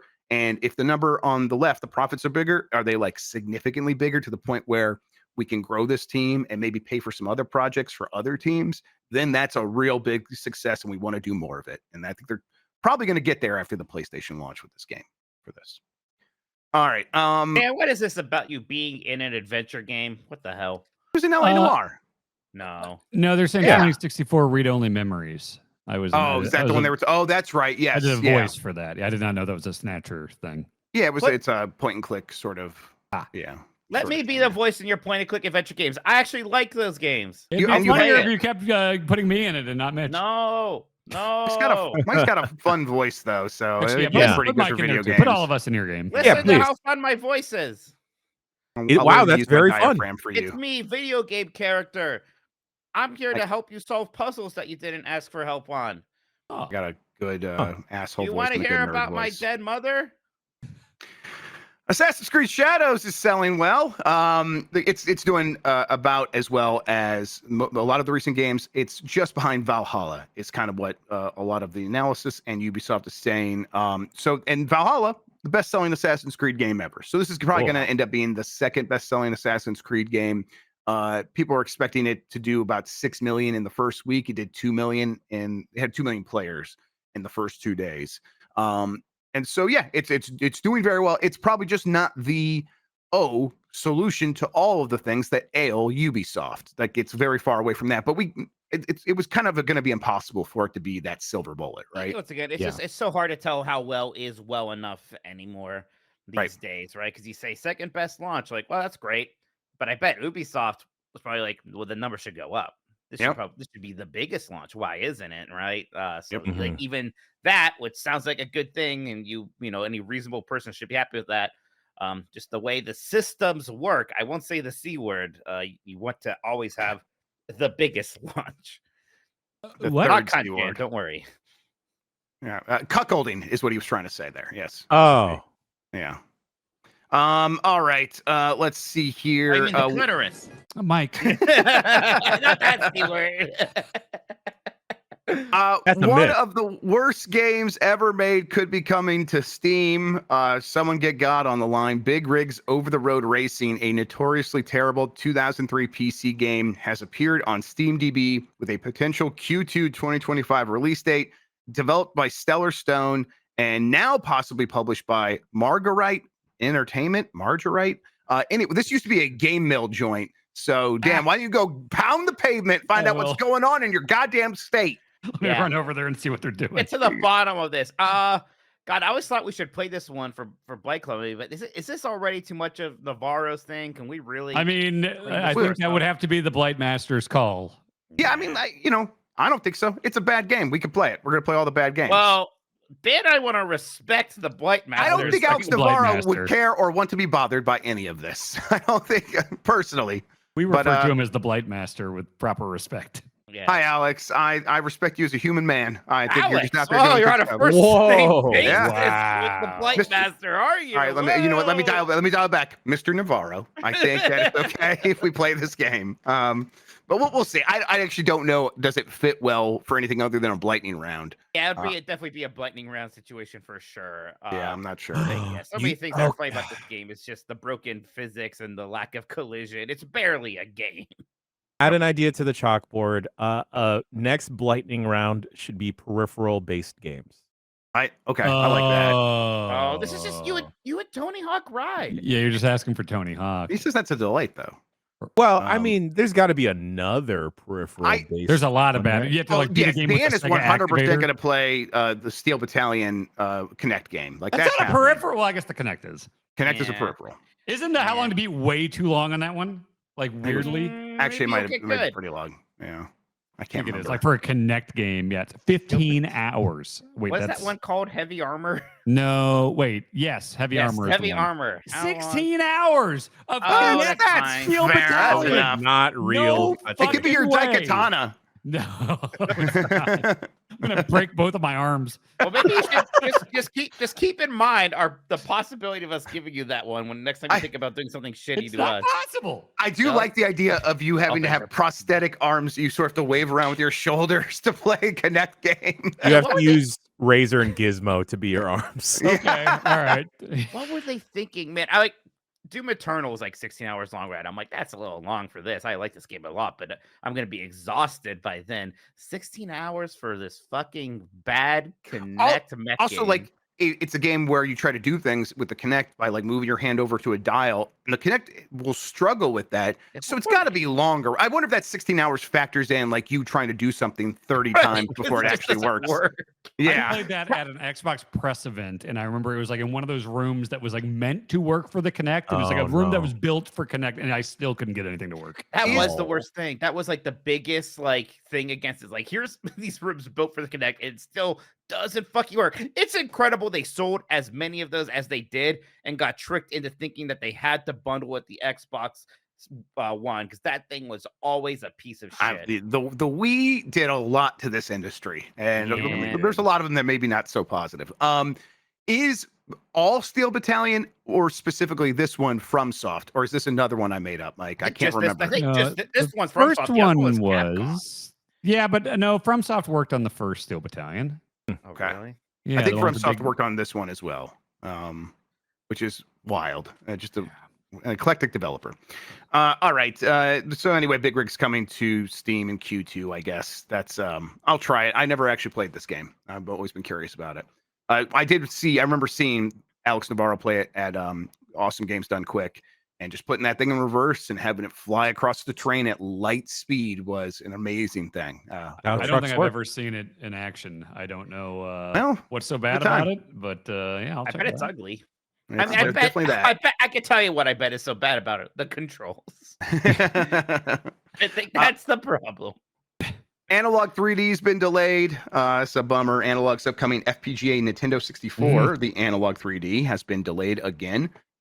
It is now expected to ship in July instead of the previously planned first quarter of 2025. Yeah, we were getting to the end of March, and I was like, yeah, I bought one of those. Where is it? Me too. Well, here it is. It's coming out in July now. It's still $250, although I bet in that next wave they might raise the price because of tariffs. They haven't said much more about what's going on here. I wonder if it's just like sourcing parts actually is a little bit difficult because there's a lot more FPGA shit happening these days. So I wonder if they are just struggling and competing for each of those components. I don't know. I just need some way to play a Nintendo 64 game. Yeah, we've been deprived so long, and so to have to wait a few more months before I can play anything on Nintendo 64 is really painful. Grub, honest question. Right now in your house, how many devices do you think you can play Mario 64 well on? Okay, the Switch. I would say I'm guessing 15. Yes, there are 10 handhelds at least that could. Then there is my phone that counts. Yep. So that's 11. I have like 4 actual N64s that could play it. If I count all the PCs that are just turned on, not even the ones that are in this house, because there's like 2 under this table that could, but just the ones that are plugged in, that would be another 3. So that's like 14. And then there's the actual N64. There is the Mister I just got set up with. The core is good. The other day. So I'm at like 16 off the top of my head. Yeah, I think now that I'm thinking about it, maybe 20 to 25 for me. Yeah, I could probably get have up a problem. Yeah. Oh yeah.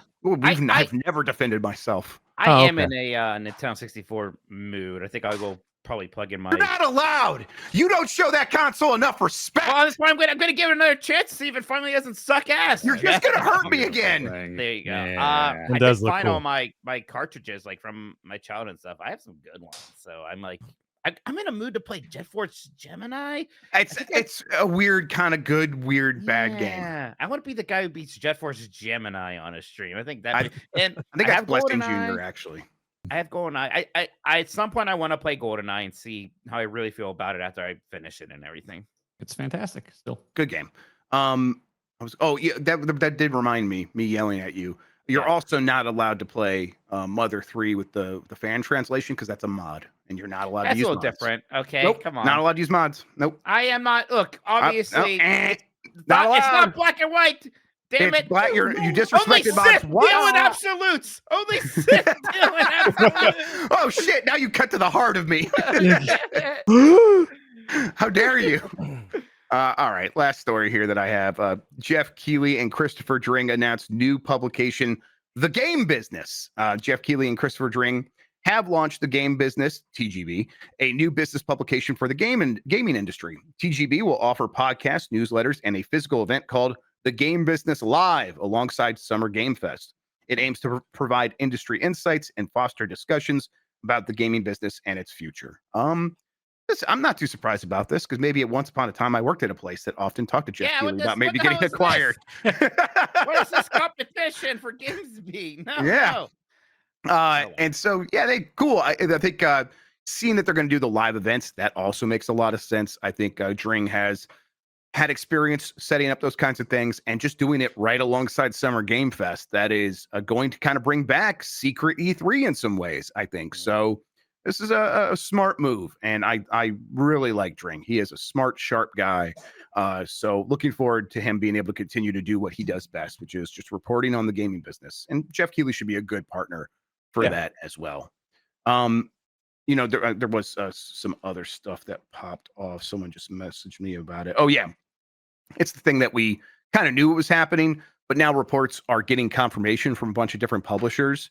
GTA 6 really is causing every major studio to think about not just like holding back on announcing their release dates, but straight up delaying their games. Cool. They're now just like fully admitting this, at least, internally to one another enough that it can get reported.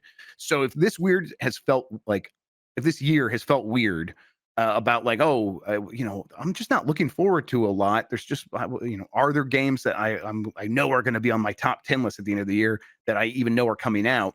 Well, it's all just because of GTA 6. People don't know when it's going to happen, and it's causing a lot of strife for people who have to decide release dates. That sucks a lot for people, perhaps like myself, that don't necessarily care that much about GTA. I'll say it. I don't fucking care about GTA 6. Mm-hmm. Give me everything else.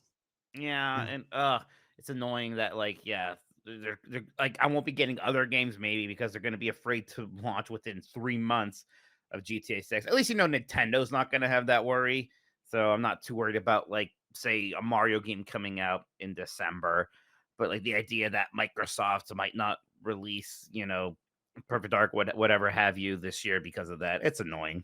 So how is this grub supposed to save the games industry if rising tide raises all ships, right? That's basically the Karl argument Marx.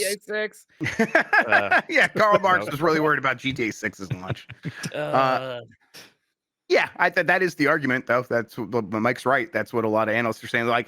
It will generate more money coming into video games as a whole, and so the average will go up, right? But don't look into the numbers beyond that, because it's okay, well, there's the haves and the have-nots. There's the average is going up because the people at the top just got a ton more money, and everyone else is still fighting over scraps. It's a lot like our economic system and how it works overall.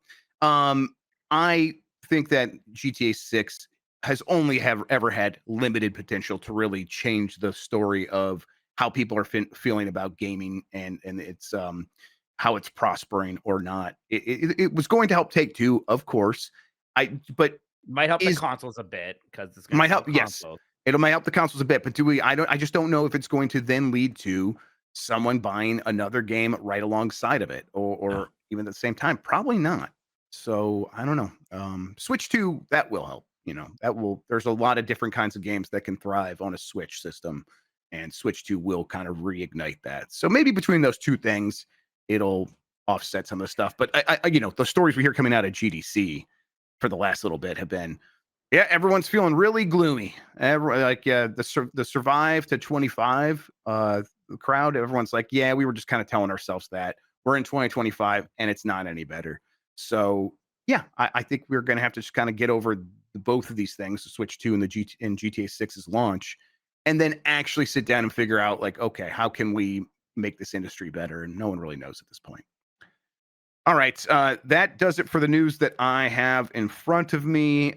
Jan Ochoa, I'm handing this ship back over to you. Fantastic. Well, we're going to go take a quick bricky break, and we will be back with the emails. Ew. Okay, fine. Jacked off in a rainforest cat man. All right.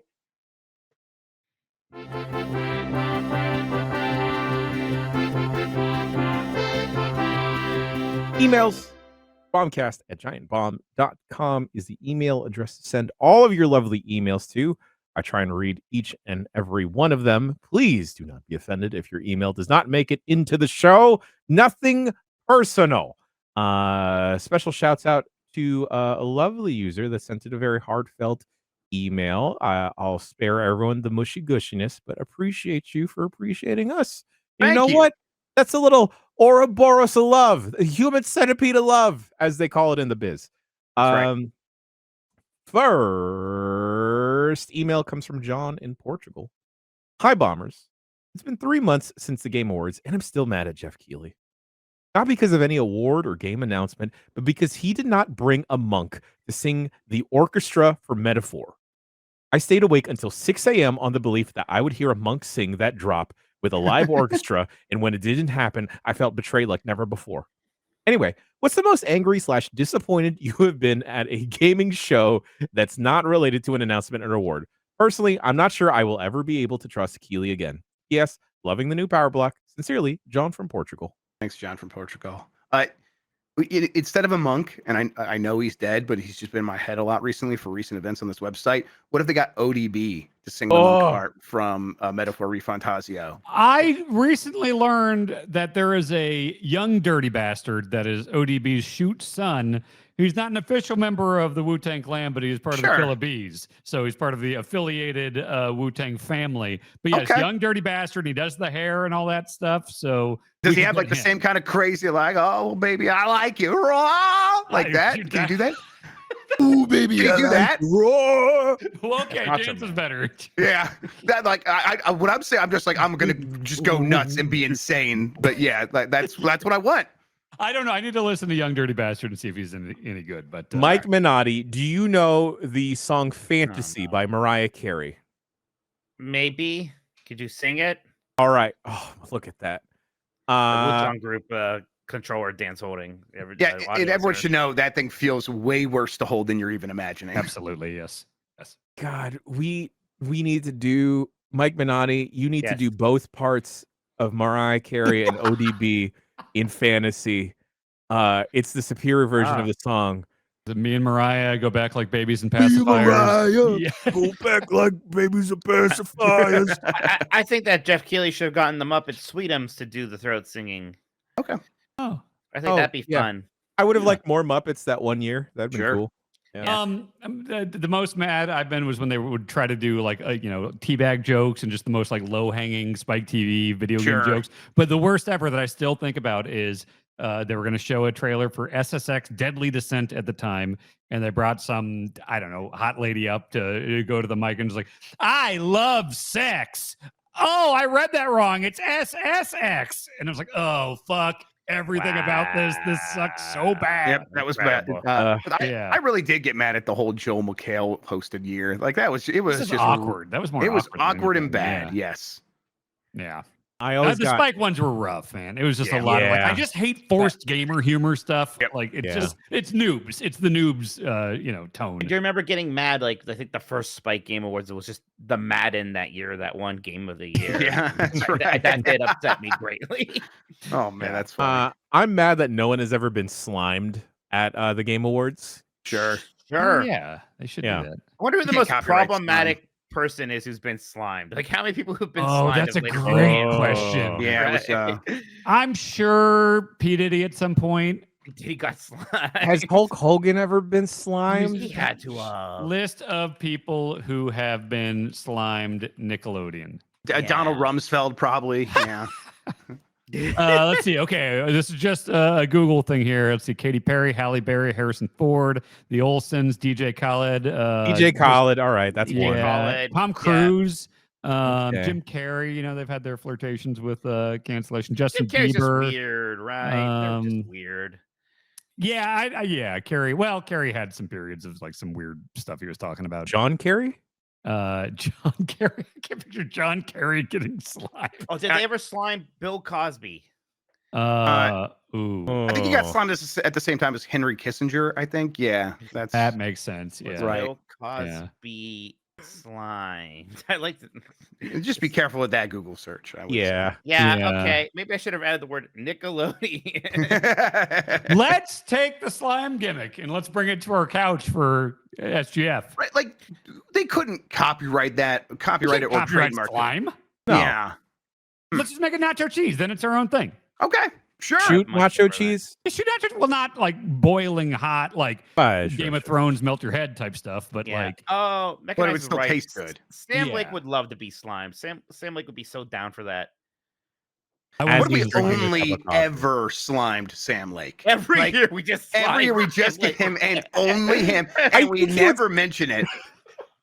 We never act like it's weird. This is just like a nice suit. Yeah. This is just like the Sugar Cubes bit from last year, where Nikki just handed Sam like a big container of sugar cubes and he held on to it for a good chunk of time. All right, next email comes from Itchy Buns. Hi, gang. Can we please get an update from the Alarmo users? You still using it? Yeah. Still enjoying it? Do you recommend it? Don't lie or we'll know. No. Regardless, it's the best alarm clock I've ever had. I love it. We had the new Retro Mario update. There's some kind of just OS update yesterday or something. I love my Alarmo. I'm a giant fan of it. It's helped my sleeping schedule immensely. I use it as a clock. I set it to the new Mario thing, and I don't really set alarms on it these days. But it is a nice little clock. They did update it with new features, so you can do stuff like set different times you want to wake up on different days. It could not do that before. Yeah. So that might be nice. Okay. A little bit more useful as an alarm clock now, although I've enjoyed using it. I like it a lot. Sorry, update on Young Dirty Bastard from Cosbot in the chat. Young Dirty Bastard has 6 children and seems fucking crazy, so he is following in his father's footsteps. Cool. Fuck yeah. Hell yeah. Have you all seen how many children Nick Cannon has? I can't count that high. It's a lot. Jacob Fatu. Oh God. Yeah. I would show up to Jacob Fatu's kids' birthdays as like an uncle. Of course. Yeah. Do that. Did you have grandparents that also had like 10 siblings or something? Yeah. My grandma had like 7. 8. Yeah. Yeah.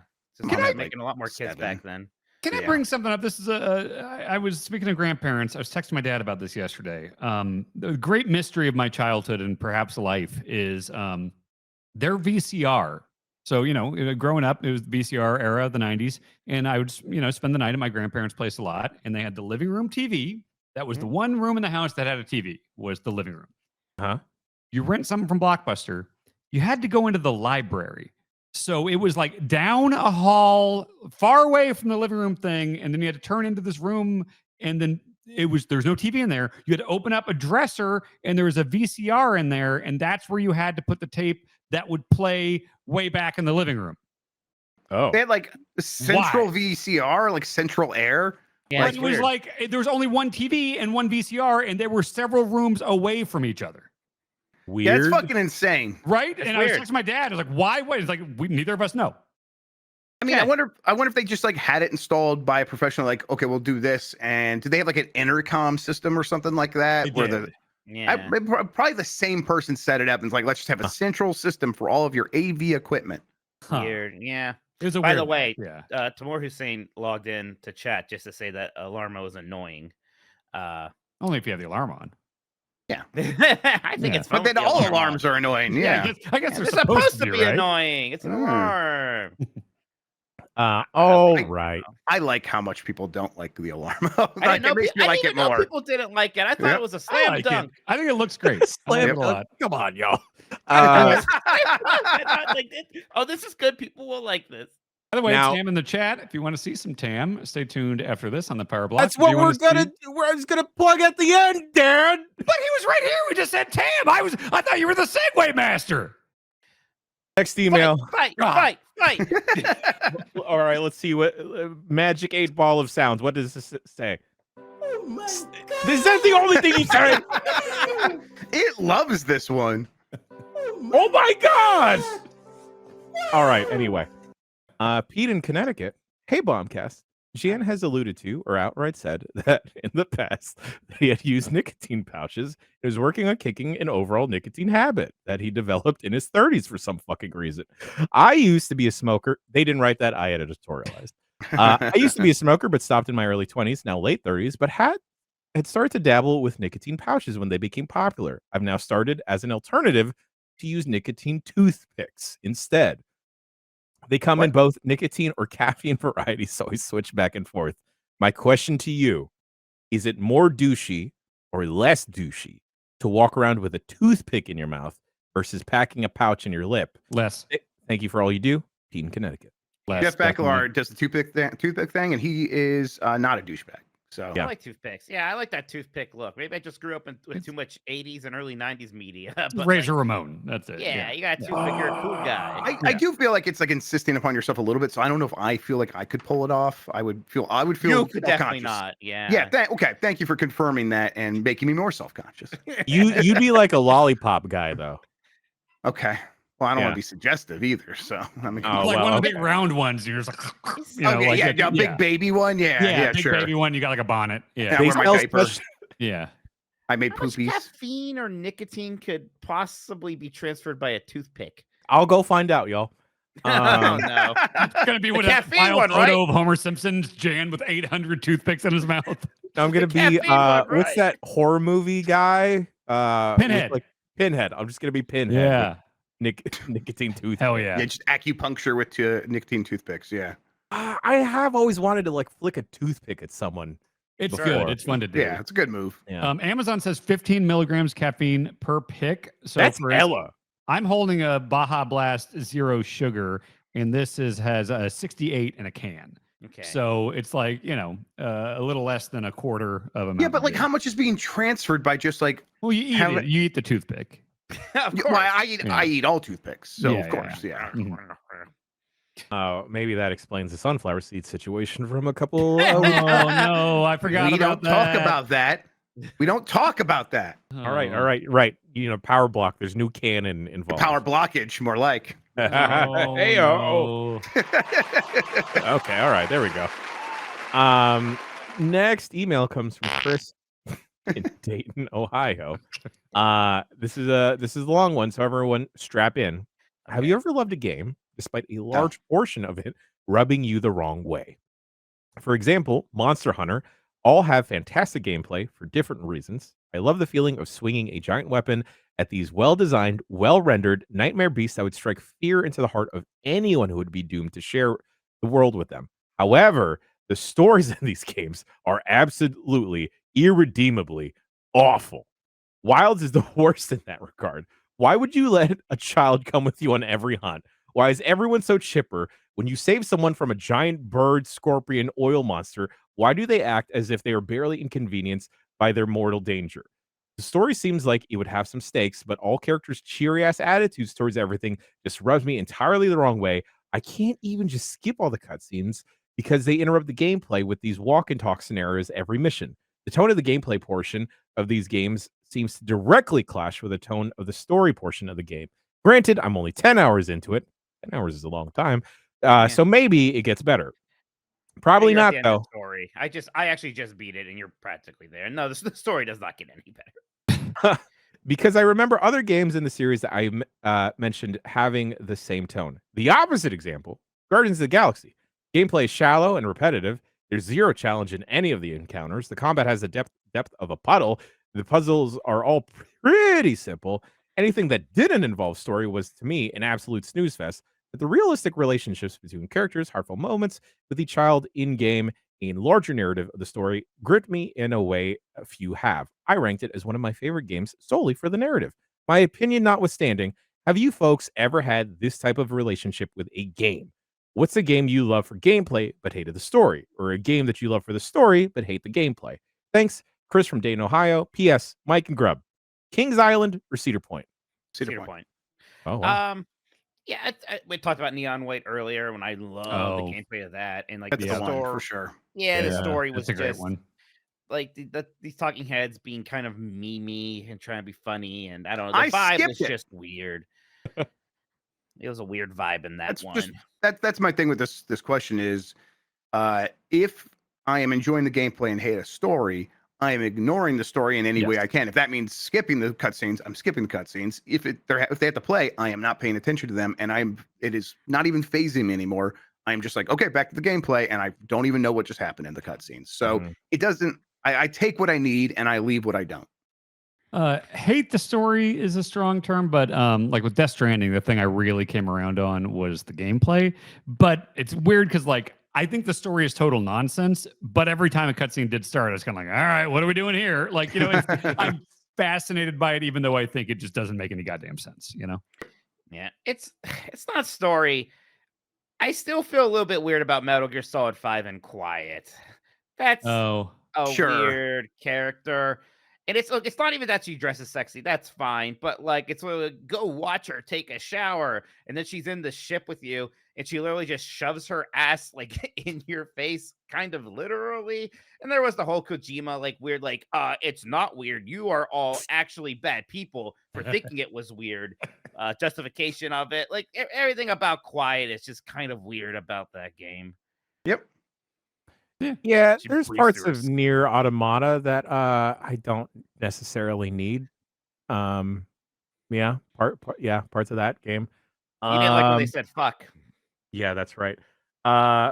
Fuga Melodies of Steel, for as much as throwing children into the soul can is a major component, sometimes I just don't care about these little cat children.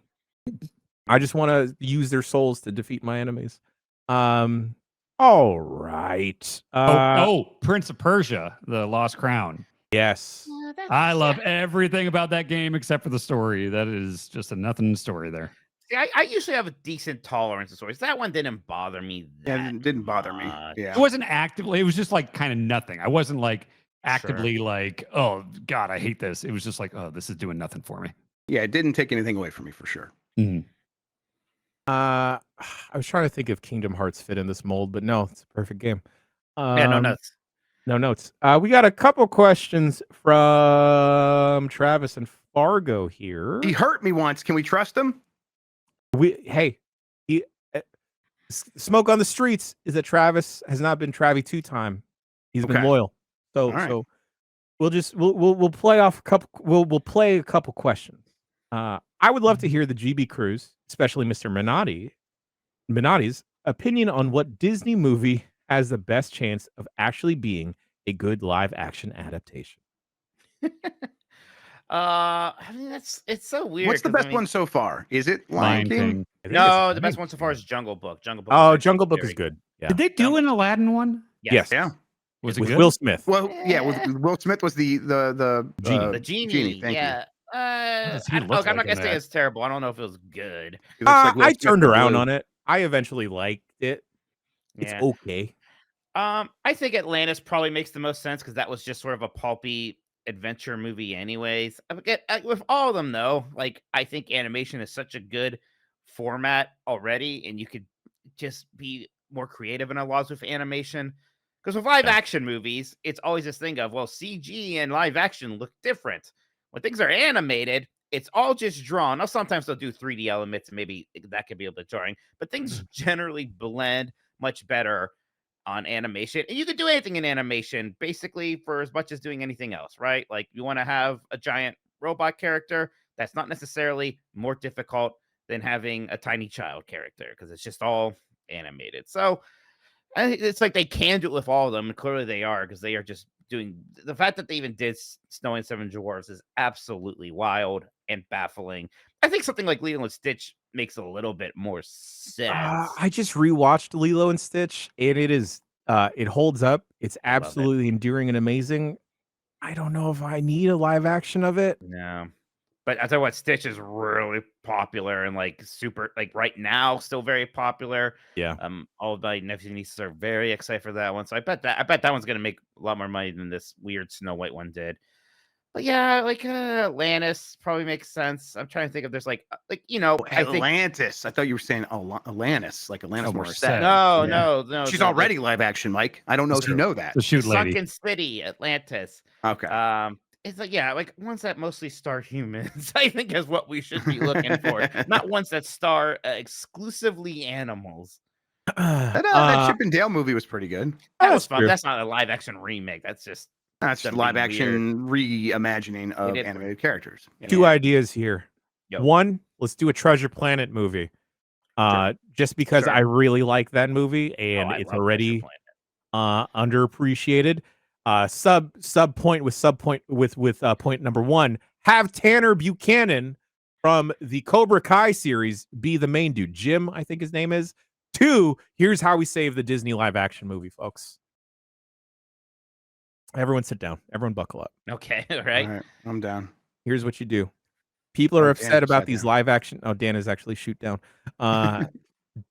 People are upset about these live action movies, right? Some of them feel like, oh, where's this going? This is so unoriginal. But perhaps the road and the story we were trying to tell this whole time is that it was all about friendship. It's all about the friends that we're making along the way. And maybe we've been gatekeeping. Maybe we've been locked up by keeping these movies in animated form, that we need to bring them to live action. And maybe we just need to unlock them, perhaps I see with a key. And maybe we need to cut down these doors, these locks, these gates with not just a key, but a key blade. Xehanort! Exactly. Jay, did you see the animatic pilot of that? I'm gonna sit down cartoon? further. Yeah. Jay, did you see the pilot for the cartoon? No, I did not. It's weird. Anyway, here, Disney, you know how you fix this? Just do a Kingdom Hearts live action thing with like little bits and pieces.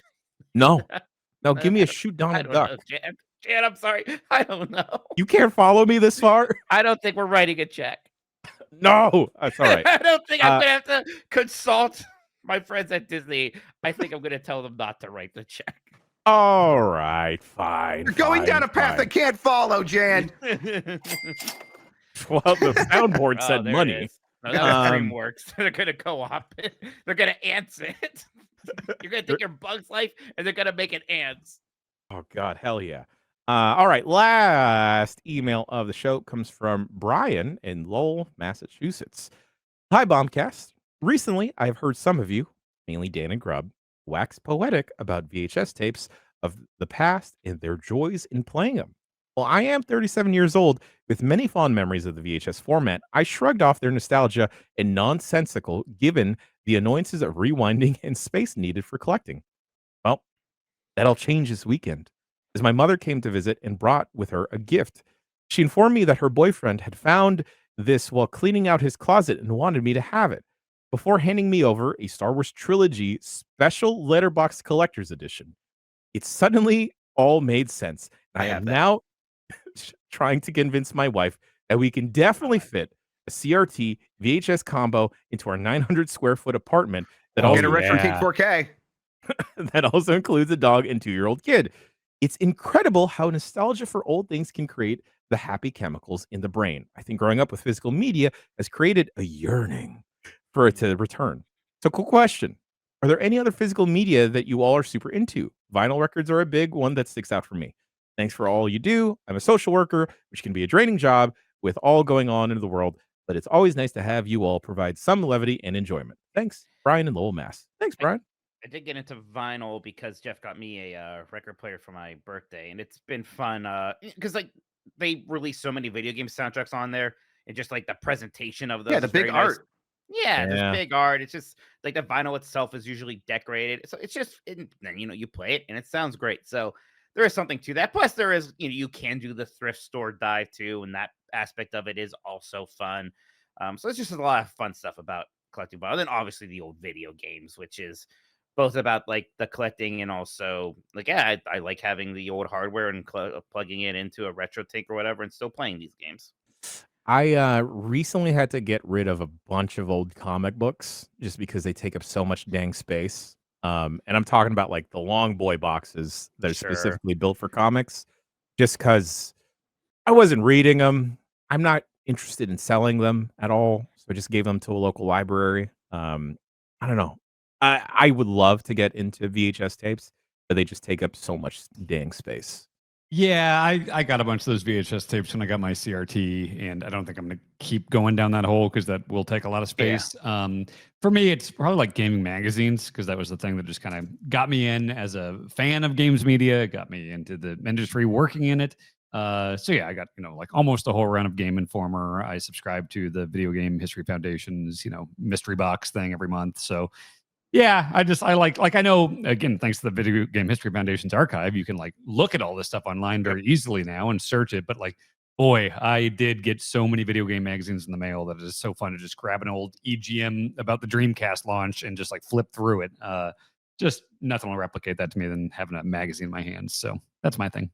Yeah, I have a curiosity about like the stuff just to the side of VHS and even like Betamax that like I want to get into, like early HD VHS, which is a format that existed where they did HD video on VHS, and Really? there was like a different kind of magnetic strip in there or something like Mhm. that, and video CDs, and there's a whole bunch of like weird formats that I want to like explore. But as soon as I start going down that route, it's like it becomes so expensive so fast. I always talk myself out of it. I'm like, I don't need another money sink in my Did life. any of you have a HD DVD drive for your Xbox 360? No, I wanted it. My dad bought an HD DVD player after they lost the war against Blu-ray, and it had already been said that Did they he have were a coupon? He went to Best Buy and it was way cheaper. He wanted to get Planet Earth because he saw it on my HDTV and he's like, that looks awesome. And so he went to Best Buy and HD DVD players were like half the price of Blu-ray because they were already obsolete. And I told Dad, I was like, Dad, do not get this. It's already dead. He's like, it's cheaper. And I was like, they're not going to make any more discs for this. And he didn't care. So he still has an HD DVD player. Incredible. Oh, that rules. Hell yeah. I love that. Hell yeah. Hell yeah. All right. That about does it for emails this week. All right. Bombcast@giantbomb.com is the email address to send your emails to. Write in about any and everything. You got a quiz you want to send our way. You got a little game or whatever else have you. Please send it to bombcast@giantbomb.com. Last week, BCR, we had Mike Drucker on the podcast to crown the Mount Rushmore of first levels, as well as talk about his new book. I believe it is called Good Game, No Rematch. No rematch. No rematch. Yes. Lovely chat, awesome chat. Go check that out. There's also a link to purchase his book in the show notes of that. A lot of fun stuff popping off on the Power Block since last Bombcast. I particularly really enjoyed that XBLA block yesterday. That was fun. Yeah. Yeah. Nikki and Sean, GB Kids, checked out Star Fox Assault. Underrated game. Yesterday, also, John Luke and Jake Decker checked out the first couple hours of Atom Fall. If you're at all curious, I suggest you go peep that. A bunch of other stuff popping off on the Power Block this week as well. We're gonna have an earlier Blight Club, I believe. Yes, waiting to see the details. I'm going to be recording Voicemail Dump Truck with Samoa Joe backstage at Dynamite tomorrow. So still working out the details on the room and the time and everything there. That will be recorded. So basically, Blight Club will be starting early so I can get to Dynamite on time. So keep an eye out on it. Maybe, 10 Pacific, 1 Eastern we're probably looking to, but that's not confirmed yet. So we'll see. But Overgrub should be starting tomorrow. Overgrub should be starting tomorrow. Game breaking news for the rest of the week: Wednesday, Thursday, Friday. Correct, Mr. Grubb? That's right. We'll be back all rest of the week, and then on Friday we're gonna do UPF. Do we have a plan for UPF? You posted a game in there that I forget what it was. Schedule 1. Oh, that's the drug game. Yes. You know what I kind of want to check out? I kind of want to check out that PUBG tactical game. Oh, sure. I like would that. To see that isometric one. I saw the next Slender. Yeah, maybe we could try a bunch of stuff on this UPF. Do a roundabout. Well, Jan and I are going to strap on the goggles on Monday for our co-op Splinter Cell. I need to find an Xbox and do that. Oh, actually, you know what's happening this Thursday, gentlemen? after the GameSpot show, which I'm equally excited for, we will finally have Lucy, Skull, and Foams. Yeah, we did it, everybody. Yeah. It took 1 quarter, but we got there. Yep. Time for her to pay for her crimes. Yeah, that's Yes. right. We'll have a BCR later this week at GameSpot After Dark as well. But folks, I believe Tam is going to stream The Last Berserker at some point tomorrow.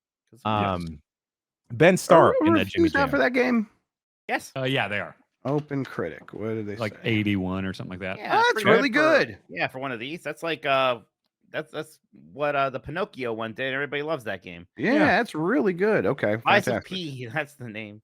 In just a little bit after this, though, we're going to be live premiering Tam and Lucy in Japan.